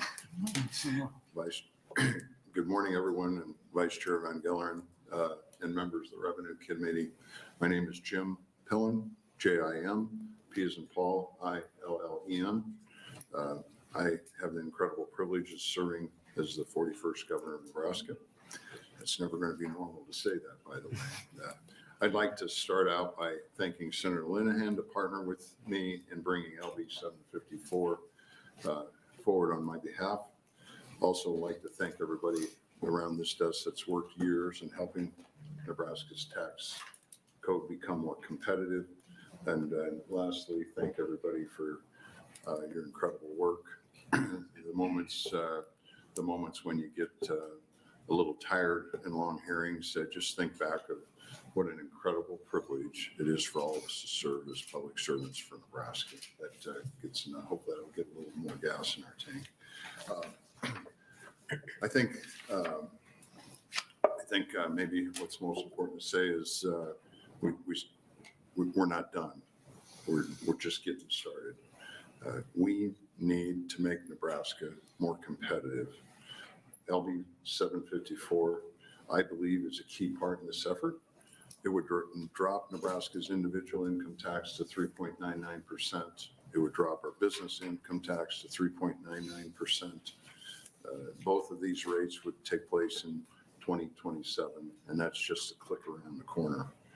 I think it's really important to be clear that this bill would not touch the bottom brackets. This is not a flat tax. No one under this legislation will be taxed more. No one. I don't think we can say this enough. We are Nebraska. We have to get competitive with our tax code. Even after our most recent tax cuts, other states' tax rates remain much lower and more competitive. Like Nebraska, all of our neighbors have lots of money. and they're going to even do more. The timing is extraordinarily critical. You all probably know this, but maybe for the record, there are states with no income tax: Alaska, Florida, New Hampshire, Nevada, Tennessee, Texas, and then of course along with our neighboring states of Montana and South Dakota, who take no tax for income from their residents. And we've seen other states starting to take action. Our neighboring state, Iowa, has lowered their rate to 3.99, and that takes effect in 2026. I think we all agree we can't be beat by Iowa. Not a chance. Mississippi Governor Reeves has called for a complete elimination. What's going on today? Governor Reeves has called for a complete elimination of income tax in Mississippi. Montana Governor Gianforte is working to cut income tax. Governor Bergen in North Dakota is doing work. His plan is to have the lowest flat tax rate in the United States. Governor Sanders in Arkansas is also calling to eliminate the state's income tax. I could go on, but I think you get the picture in regard to what's going on in the landscape of other states. From my seat, I just believe there's no reason in Nebraska that we can't compete with the other states. Just no reason. If this rate was in place today, this would get us to increase from where we are to number 15. Not in the top 10, but number 15. I think that's a number that's really, really critical to stop the outmigration of our kids and our grandparents. Really, really important. I would ask the committee to support this legislation out of committee. I'm willing to continue to meet with anyone on this issue anytime, anywhere, any place. From my seat, this is not a hope or a dream. This is a dire need for Nebraska and the people of Nebraska. So thank you, and I'd be happy to answer any questions. Thank you, Governor Pillen. Questions from the committee? Seeing none, thank you for your testimony. Thank you. Thank you for having me this morning. Other proponents for 754?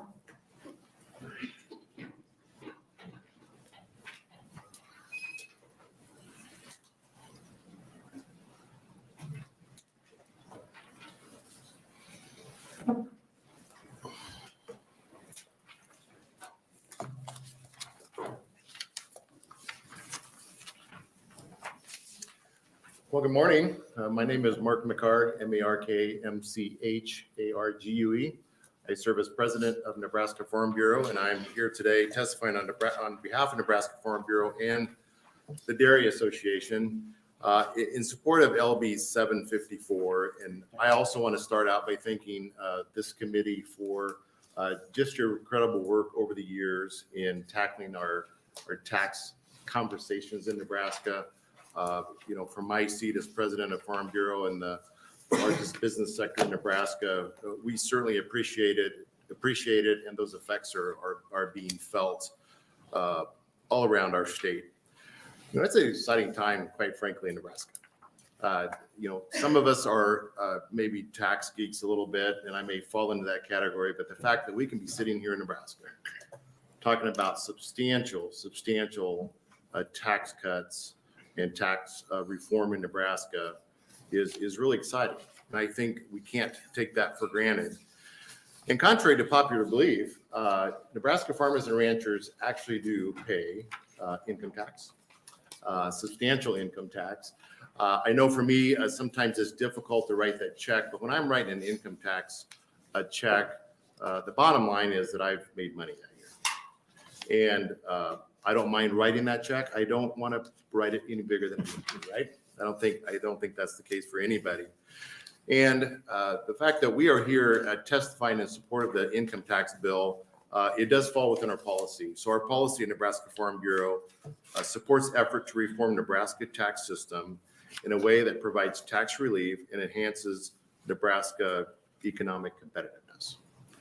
And so bottom line, when we look at Nebraska, and it doesn't matter if you're looking at rural Nebraska, urban Nebraska, when we pay taxes, that's less money that we have to spend. And it doesn't matter if you're going to downtown in Omaha or Lincoln to spend that money on groceries, or if I'm going in to buy a part in rural Nebraska in Central City, I have to pay for that with funds that is available after taxes. So by us lowering our effective tax rate or tax rate on income, we're for that. Now, some people would probably ask, Farm Bureau hasn't traditionally been here really ringing the bell substantially on income tax reduction. And I just want the record to know that we do constantly have that conversation. But the reason that we're not here every time is because property taxes is still our number one tax burden. And so in this testimony today, and I just want to couch a little bit where Farm Bureau is at holistically when we have a tax conversation. There's been mentioned several times this morning about the significant tax packages that are beginning to work their way through the process. We are for the entire set of packages that are going through both in education reform, money into the property tax credit fund. We're going to talk about taking community colleges off our tax rolls. We're also here talking about income tax as well. So when we collectively put those together, we believe ultimately if they can move together, it'll be a great advantage for not only the farmers and ranchers in Nebraska, but for everybody in Nebraska. But I do want to say up front, as we have these conversations, the reason that we're passionately going to be involved in all the aspects is because ultimately, as we put this package together, if we have $1 relief in income tax, we want to ensure that we have $1 relief in property tax. So it doesn't matter if we're talking on education reform or income tax or the other packages, we will be working hard to help shepherd a package through that helps our tax system be more balanced. And in our view, being more balanced would be an equal amount to income tax reduction as well as property tax reduction. So that's my main message today. Again, thank you for all of you do for this committee. You got a pretty high calling this year, but it's exciting to be a part of this conversation, and we'll be happy to answer any questions that you might have. Thank you, Mr. McCart. Questions from the committee? Senator Breezy. Thank you, Vice Chair, and thank you for being here, Mr. McCart. So it's fair for me to conclude that the support of the Farm Bureau and other farm organizations of the package is conditional upon your 50-50 description of property versus income tax relief. Yeah, I think that'd be very fair. That has been equitable in the last couple of years in these discussions, and I think as we move the ball forward, we feel like it's equally equitable this year. Very good, thank you. Any other questions from the committee? Thanks for being here, Mr. McCart. Other proponents?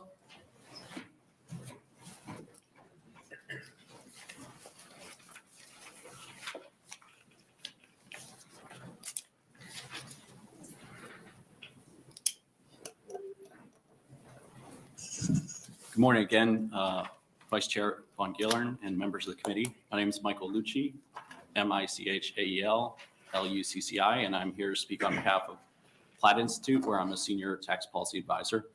Platt's testifying in support of LB 754, which would reduce the top rate for individual income to 3.99% and would give Nebraska a flat 3.99 corporate income tax rate.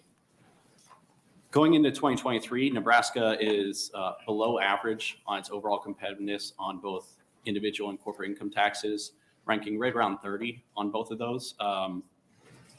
That's based on factors that include the structure, but also the rate imposed on individual and corporate income tax. As reflected in our early testimony, Nebraska's been trimming its top rates for individual and corporate income tax in the last couple of years. This makes sense. It's responsive to revenue surpluses and trends that are going across the country.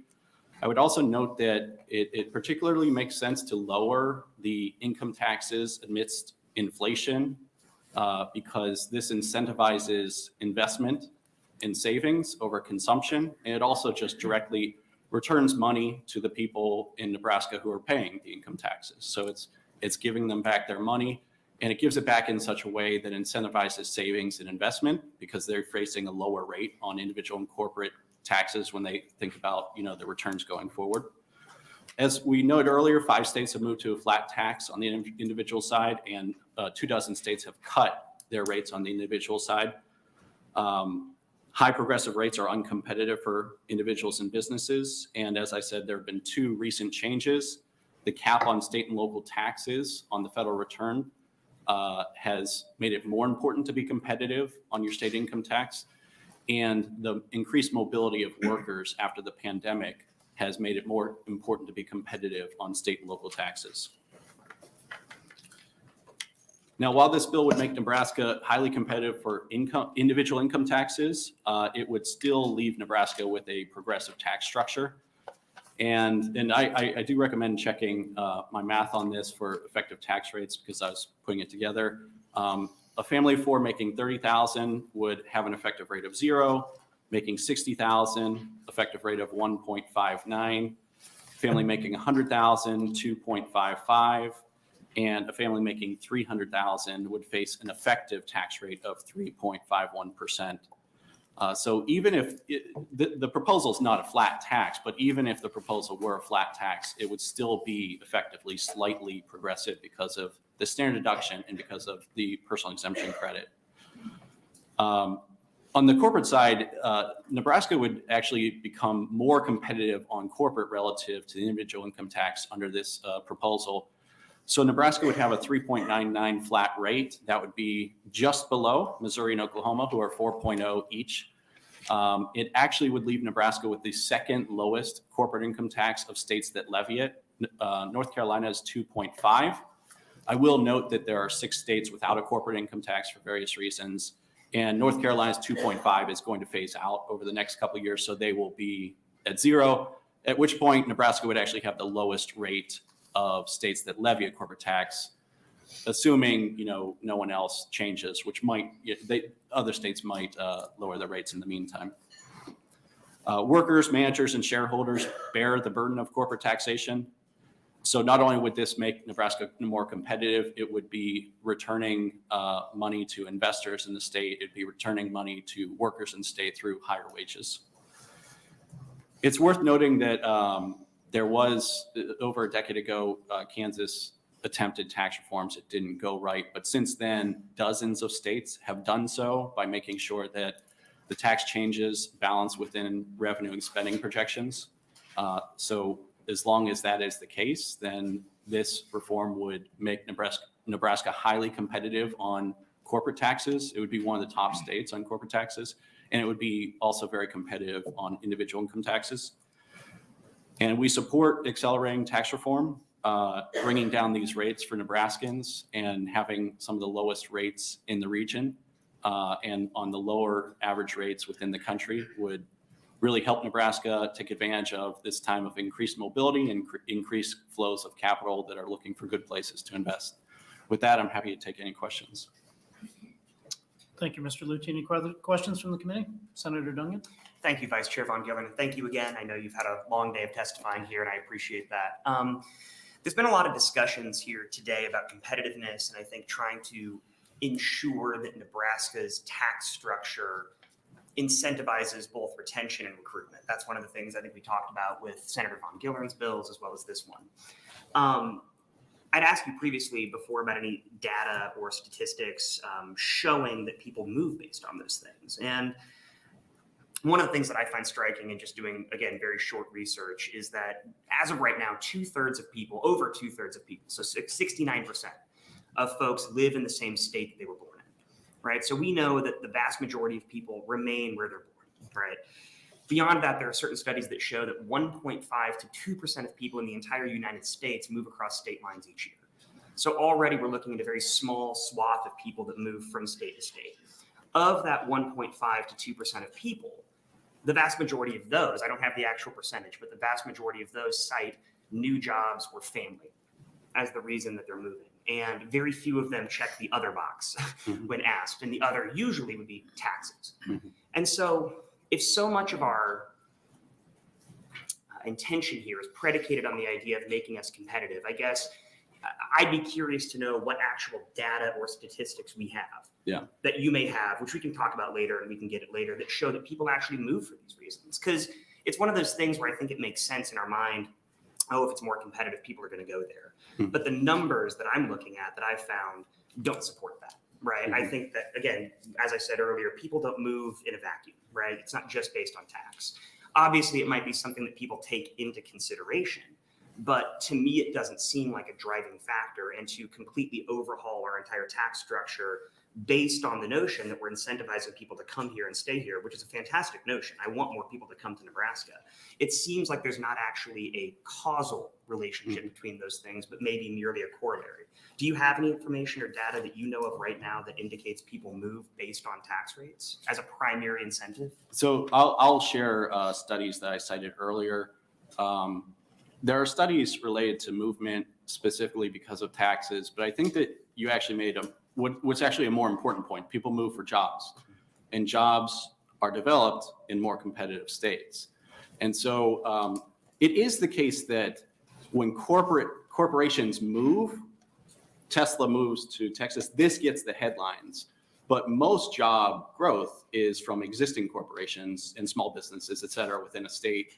And so that tax reform is going to get at not just those folks who you want to come in and those folks who might otherwise leave, but those businesses and families, et cetera, who are thinking about, aren't necessarily thinking about leaving or staying, but they will have more incentive and more money to invest in the context of tax reform. So it's certainly the case that there's a portion of society that's moving for tax purposes as one of the big reasons that they move, particularly after the pandemic, particularly with the cap on state and local taxes paid. But I think the more important factor is the less seen factor, which is people do move towards jobs and jobs grow. And you can see this in the data on the recovery from the pandemic. Jobs are growing in the states much more rapidly that have more competitive tax codes, regulatory codes, et cetera, et cetera, et cetera. So while the headline rates matter for a certain class of people, I don't know what percent it is, but a certain class of people who are mobile, the more important factor is overall competitiveness, which draws people, and they don't know that they're moving because of that state's competitiveness. They just know they're moving because the jobs are there. And they don't know what all goes into the creating of the jobs there, but taxes are a part of that. Thank you. No, that helps. I appreciate it. Any other questions from the committee? Mr. Lucci, thank you for being here. Thank you. Any other proponents?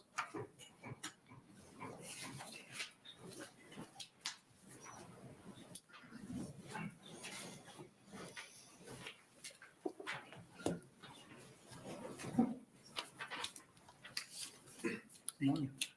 Good morning, Vice Chairman Von Gilleren, members of the Revenue Committee. Thank you for having me this morning. My name is Jim Greisch, Jimgreisch. I'm here today representing the Greater Omaha Chamber of Commerce, the Nebraska State Chamber of Commerce, and Blueprint Nebraska in support of LB 754, which would lower Nebraska's top corporate and individual income tax rate to 3.99%. I want to thank Senator Lenahan for advancing the governor's bill, for making this one of his priorities.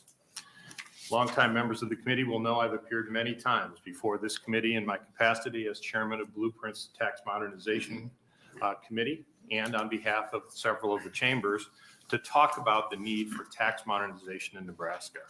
As all of you know, the goal of Blueprint has been to transform Nebraska's tax policy in a way that enhances Nebraska's competitiveness and makes us a more attractive place for all Nebraskans today, tomorrow, and into the future.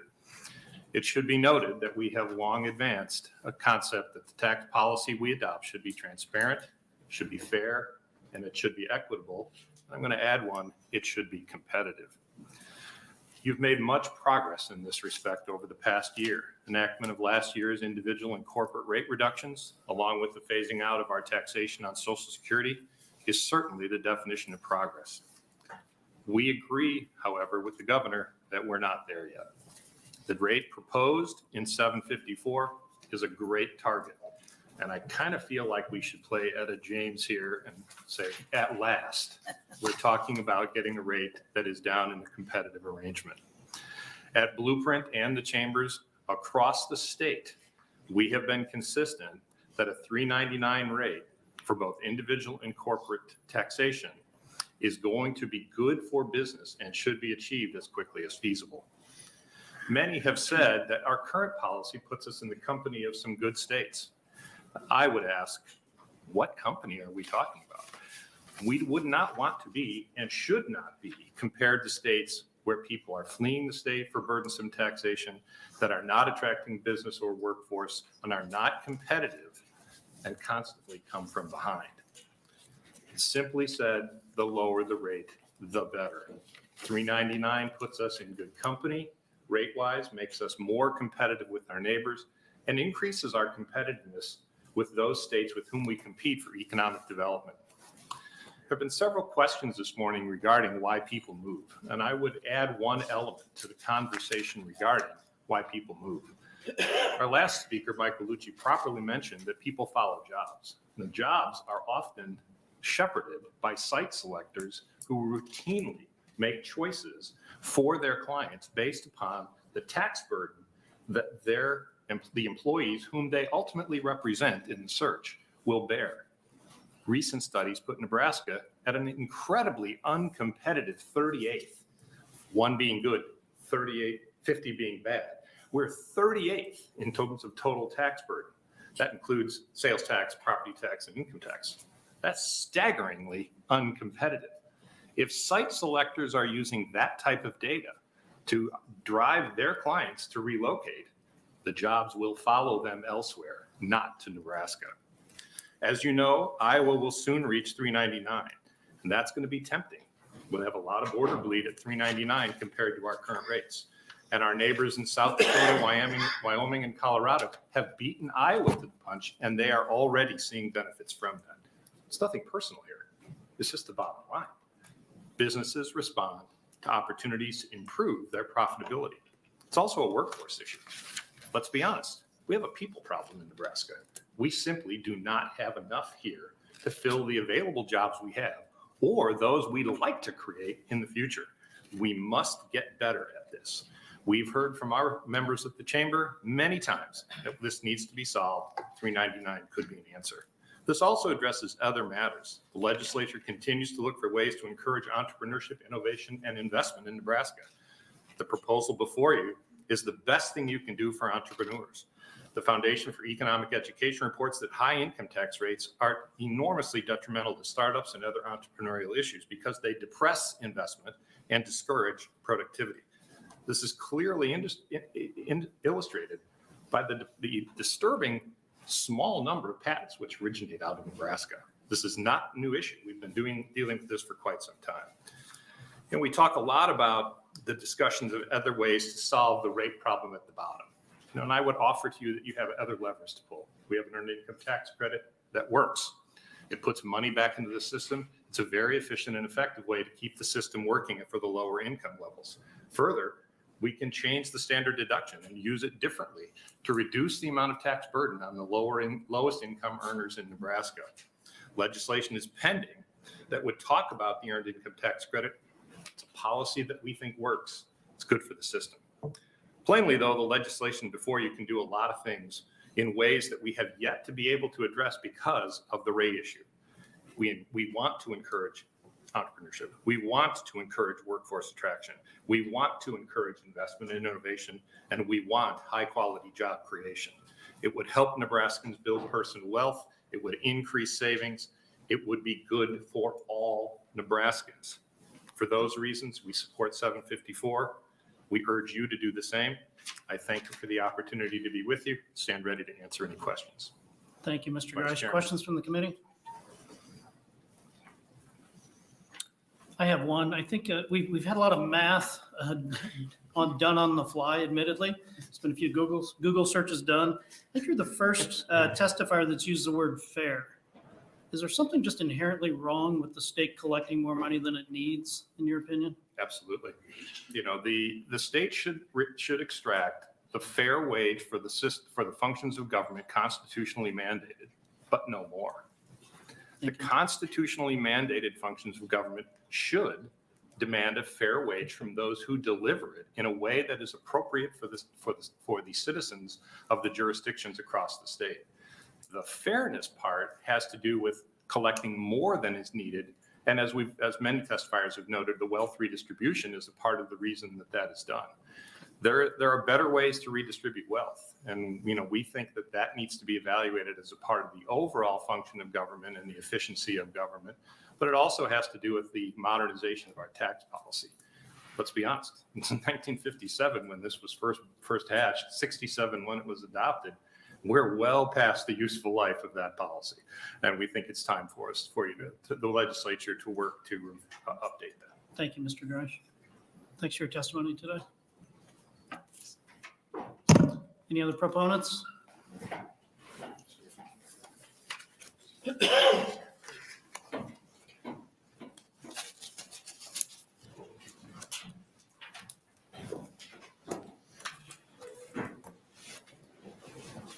Good morning. Thank you, Vice Chairman Von Gillern and members of the Revenue Committee. My name is Brian Clintworth, BrianKlintWorth, and I'm here today representing the Lincoln Chamber of Commerce. In my role, I'm a partner in a CPA firm based here in Eastern Nebraska, and so I see a lot of things with taxes and talk of taxes and what clients are feeling here in Nebraska, both in the business and individual climate. And I think that over the last couple of years, we've seen a lot of really good progress that the state of Nebraska has made. Things like the property tax incentive credits and changes to how military retirement, Social Security, and other things are being taxed have made a big difference for a lot of our taxpayers. And we see, and the chamber believes as well, that a bill like this will help continue some of those changes and help make things, again, as we've talked about, a more competitive environment for our businesses and for our individuals. When we talk about all these other states around us going to lower rates and looking at those lower rates, the competitiveness becomes, I think, a much more important discussion. I see a lot of times when I'm working with clients, whether that's individual looking on where they're going to live or businesses looking at new investments, tax rates are really starting to make a big difference. And when we saw the federal tax cuts that happened back in 2017, the state piece became a lot more of a variable in that. And then you throw on that the pandemic as well, where it's changed that mobility that employees have and the ability to attract people from different places. It's really caused businesses to think differently about not only where do they want to do business, but where do they want to hire employees. And so it seems that having some real movement towards lower tax rates, again, to make us competitive and even give us some competitive advantages, make a lot of sense. I think we've got a strong economy here in Nebraska, as we've seen, through years, through the pandemic, and other years as well. And knowing that we've got, as was discussed with the budget, a lot of money in play here, that we're sitting in a good fiscal position. And so it makes sense for us to see that to look at, okay, how do we return some of that to the taxpayers in Nebraska? How do we make sure that we are being fairly taxed in what we do? And just overall, again, it just seems like these bills, the more that we can accelerate to keep us competitive, and to speak to other points earlier on your retention versus recruitment, I think retention is one of the really important things. We talk about a lot. And there's a lot of studies of students that, trying to keep them at schools in Nebraska, but then trying to keep them in Nebraska as well. And knowing that they have the ability to work remote differently and do different things, there's a lot of opportunities for them. And are taxes ever going to be the main decision for somebody and where they move? Probably not. I'm an accountant. That's all I do. That would never be the main factor in my decision. But it's a very important one, and it's part of the whole bigger package that can help make Nebraska great. With that, I welcome any questions that the committee has. Thank you, Mr. Clintworth. Any questions from the committee? Senator Dungan. Thank you, Chair Von Gillern, and thank you for being here. I appreciate all your work with Lincoln Chamber. I appreciate all the work the Lincoln Chamber has done. I'm a big fan of our chamber, and I think we've seen a lot of exponential growth in Lincoln through a lot of the businesses we've seen. A lot of that, I think, can be attributed to a lot of the hard work of our business community in Lincoln and the chamber in particular. Personally, just having lived in Lincoln for a very long time, being born and raised here, I see Lincoln growing. I see more businesses coming here. I see more major things happening in Lincoln, whether it's the development of Pinnacle Bank Arena, or the development of other structures that we're seeing. I mean, we're increasing our high school size. We're having more families move here. It doesn't seem to me as though we're losing a lot of people right now. Now, obviously, there's always the discussion about students and UNL students coming and going, and are they staying here? But from your business perspective, working with the chamber, can you give us some examples of what we've missed out on, or businesses that have left Lincoln because of specifically the tax structure in maybe the last 5 to 10 years? I think from that point of view, when we talk about, the retention, that's probably more on a statewide piece. As you said, Lincoln and Omaha as well have really had some great growth opportunities. Where I think we're starting to see issues is that, there's limits to how much of that growth is going to happen, or we're seeing, growth from, other parts of the state in here. But I think, you take a city like Lincoln, you look at how much we've grown over the last, 5, 10 years, certainly going back longer as well. Where I think we're missing out on is those opportunities to continue to grow, and to continue to bring in new businesses and different things like that. As Jim Grice had talked about as well with the startup community, I've worked with some startups, and we've seen startups here in the Lincoln community, and they've done some good things, but they are talking about the challenges that they face from a workforce piece and some of that. So I think that as we see it, it's giving us the opportunity. I think we've built a really great infrastructure in Lincoln with the businesses that we have, but I think we've got a lot more capacity to grow that, and a bill like this would help us to grow. Thank you. And again, I appreciate your work. Any other questions? Mr. Clinton, thank you for your testimony. Other proponents?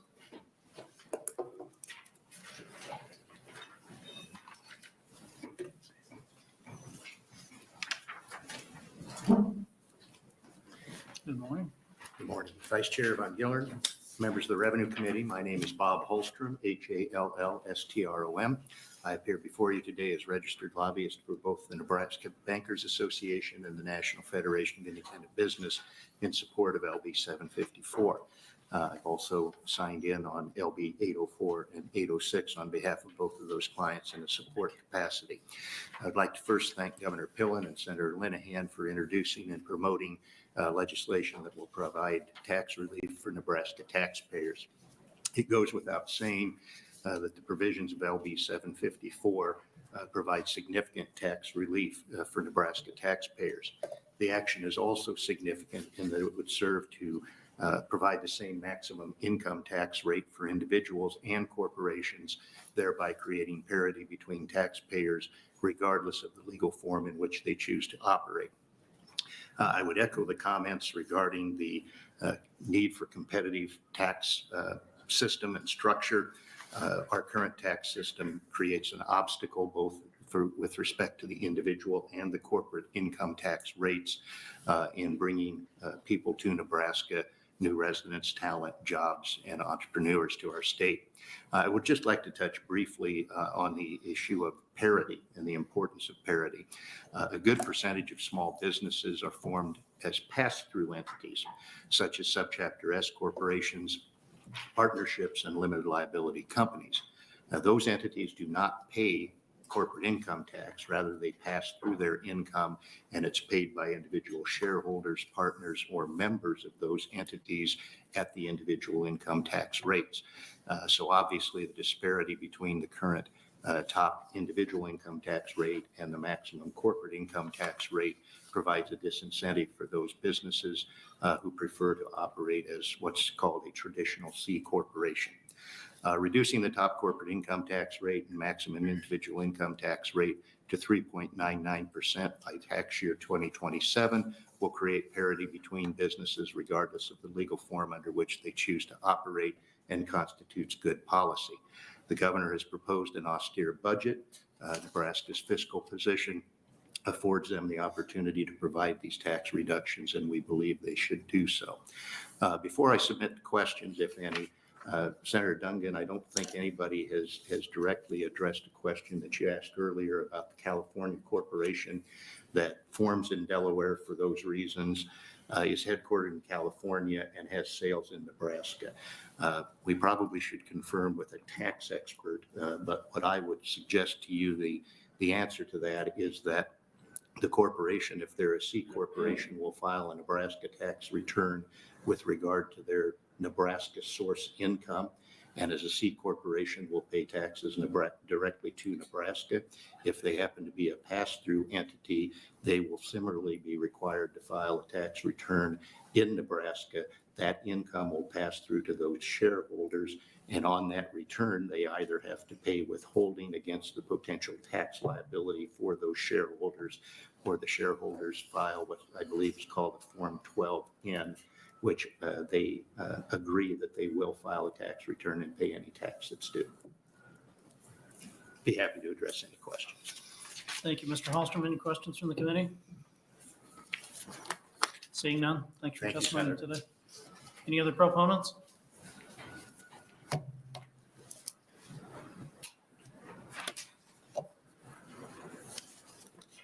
Hello again. Good morning again. My name is Jessica Shelburne, JESSICA-SHELBURN, representing Americans for Prosperity. Again, I'm going to try to keep my testimony brief. I remember having conversations with members of this committee over the last few years, encouraging a flat tax of 4%, and thinking that we were years away from even having those discussions.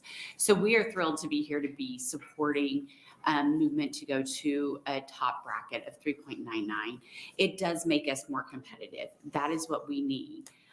There's been a lot of talk about people moving here, people leaving. As a parent of a young adult, I can tell you that they are talking about the tax rates, especially individuals who have that flexibility to pick up and leave. They can follow jobs to states that have better climates, have lower taxes, and they will jump on those opportunities regardless of if their family is here or not. So everything that we can do to make our state more competitive to keep them here is great, in my opinion. And this is steps moving us closer to that point.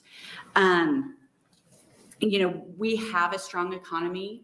This is the time that we can do it. If we're going to make changes, the time is now. We have the ability to do it without putting our state at risk financially.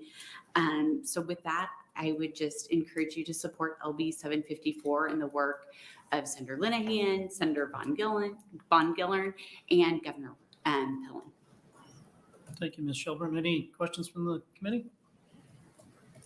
Seeing none, thanks for your testimony. Thank you. Any other proponents today? Seeing none, any opponents?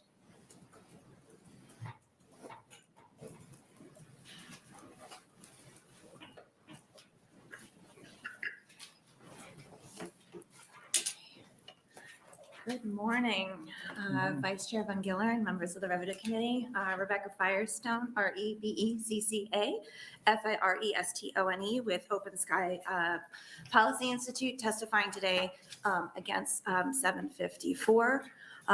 We have provided some handouts to all of you that shows our modeling on this package of bills. And I'll start first by saying we sort of really truly commend the governor for the thoughtful set of proposals for all of you to be sort of thinking about how exactly we handle this almost unprecedented fiscal environment that we are currently in, noting that many other states are also currently in unprecedented fiscal environments. So first, while we understand the effort to accelerate last year's tax cuts, especially in the context of our current fiscal position, we continue to have concerns about the state's long-term ability to fund these proposals under different economic conditions, especially as the federal pandemic relief that has been flowing through our economy comes to an end.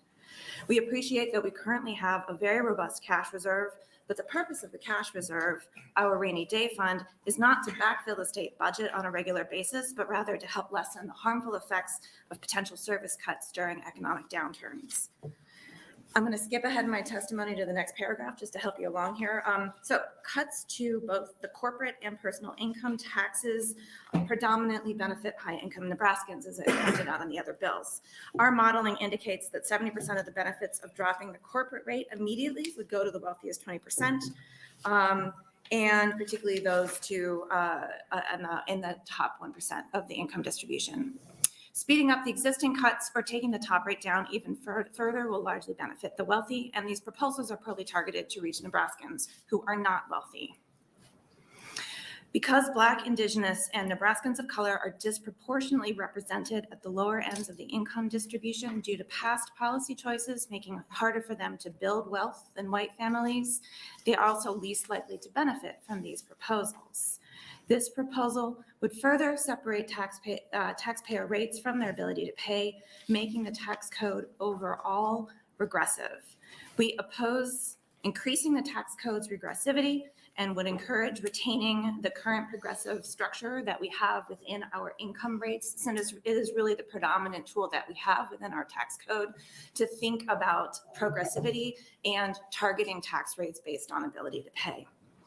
If the intention of these policy proposals is to return some of Nebraska's current budget surplus to Nebraska taxpayers, there are other mechanisms available to you on the Revenue Committee that could be better targeted to taxpayers in need of financial relief now without tying the hands of future legislatures. For example, other states have used tax rebates within the current fiscal climate that we have and targeted tax credits such as a child tax credit to return funds to taxpayers. Proponents have pointed to Iowa's recently approved flat tax proposal that brings the rate down to 3.98% by 2028. That proposal is estimated to cost the state of Iowa $2 billion annually once fully phased in, which is about 25% of their current budget. Income tax cuts, however, are unlikely to pay for themselves through economic growth. And indeed, the Nebraska Department of Revenue, for instance, within its 2018 tax burden study has found that $100 million worth of income tax cuts would not pay for themselves through increased economic activity. This economic activity isn't likely to happen by drawing more taxpayers to the state, since there's a variety of evidence that's been discussed that suggests that relocation decisions are multifactorial and not predominantly based on taxes alone, but often based on people moving for better housing opportunities, to be closer to family, or for work. There's also evidence that suggests that millionaires are actually less likely to move than those with lower incomes. Put differently, lower taxes are not a magic bullet for a thriving Nebraska economy, particularly when they're only focused on top rate cuts. We therefore oppose these bills. I'm happy to take any questions. Thank you. Thank you, Ms. Firestone. Questions from the committee? Senator Dungan. Thank you, Chair Von Gillern, and thank you for being here. You were here earlier, I assume, for the previous testimony. You've been here all day. Yes. You probably heard my question, I think, to Chair Linehan and also to the governor's budget folk regarding sort of this concern that I have, that I think others, constituents have reached out to me about, regarding the potential interplay between a reduction in revenue and an increase in potential state aid to schools or other programs. It sounds like, based on some of the questioning we had earlier, that we, at least according to some projections, have sufficient money sitting in the rainy day fund and projected out over the next few years to do both. I genuinely am curious, does your modeling show the same? What does that look like? Do you have questions about that? I'm just trying to figure out if there actually is going to be a concern moving forward, because I do want to make Nebraska as competitive as possible. And I think taxes do play a part of that. But I also want to make sure that we're not shortchanging schools or other things in the future. So do you share the belief that we will be fine moving forward financially, or do you think this is going to potentially cause some shortfall moving forward? So first of all, also share with you and with many of the folks who have testified already, as well as the Revenue Committee, Open Sky also supports efforts to make sure that Nebraska has a thriving economy that is supportive of the people who are living here now, and provides shared prosperity and reasons to move to the state of Nebraska. Within that context, frankly, we are still modeling all of the interplays of the different proposals that have been put together, both the spending proposals as well as the revenue reductions, and what the effects are on property taxes and on education finance.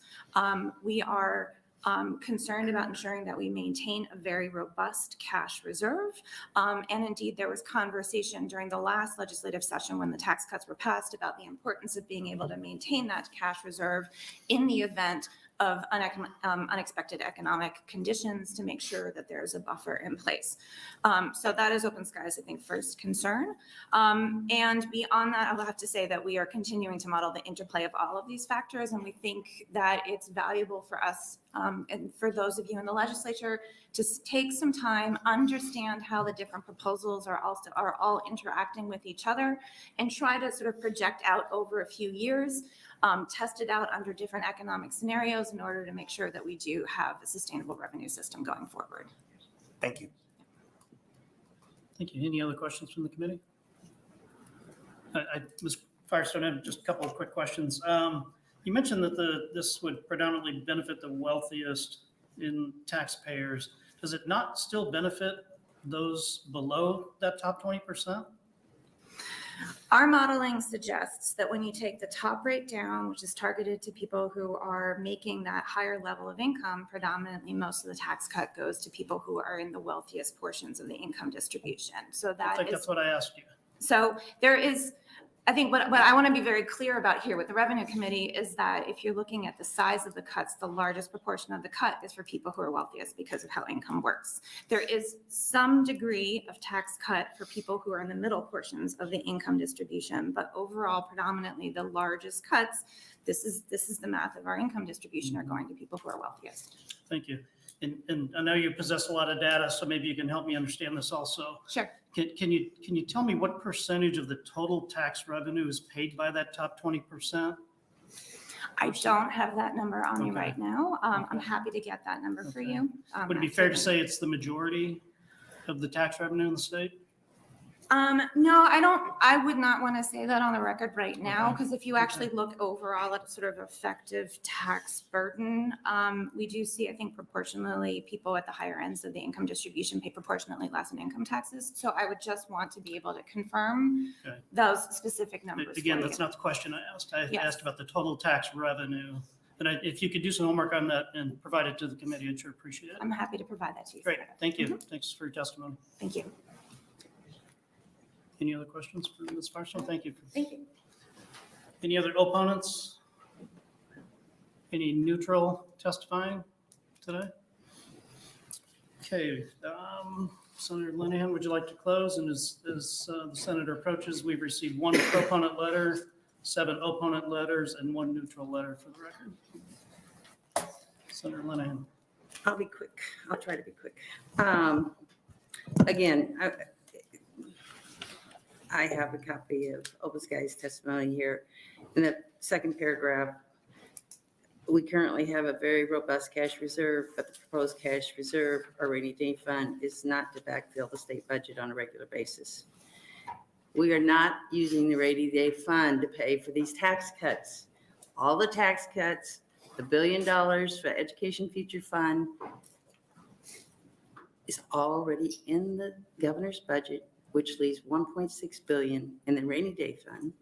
And yes, I was here when we were very, very concerned about the rainy day fund. And Chairman Stinner, who was very conservative when it came to being in good financial position, always said that if we had 800 million, we were fine. And we now have twice that in the rainy day fund. And yes, Senator Von Gilleren, the top 20% pays the lion's share of the taxes. We can go to the department. I've got these in my office. It's broken down by every income level on the Department of Revenue's website.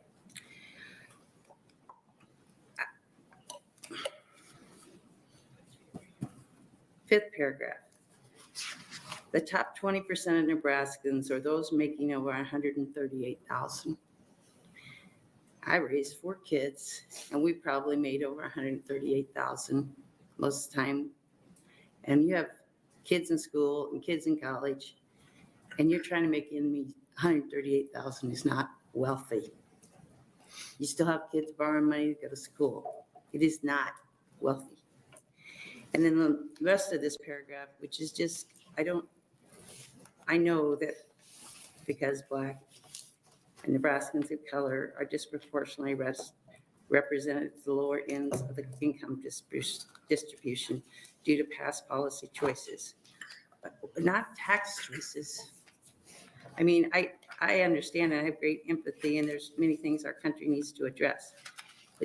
But taxes, we have a system that taxes more as you make more.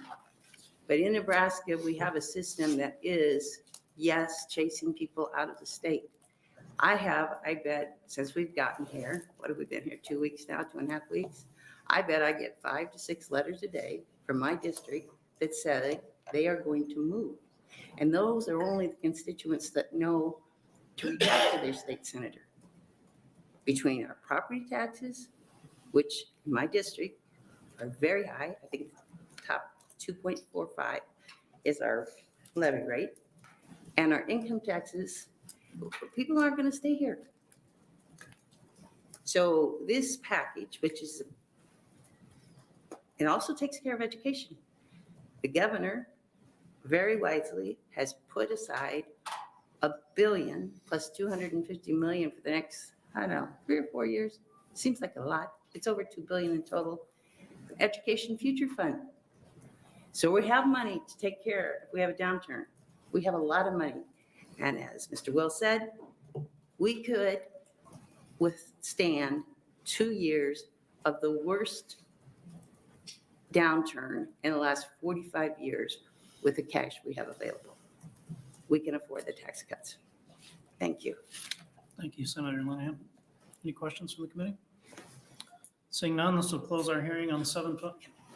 I want to thank the Farm Bureau for being here. It's for reasons that Senator Breezy and the testifier and I understand. It's very helpful. Very good. Thank you. Now we'll close testimony on 754. Thank you. Close our hearing for the day. Thank you all for being here.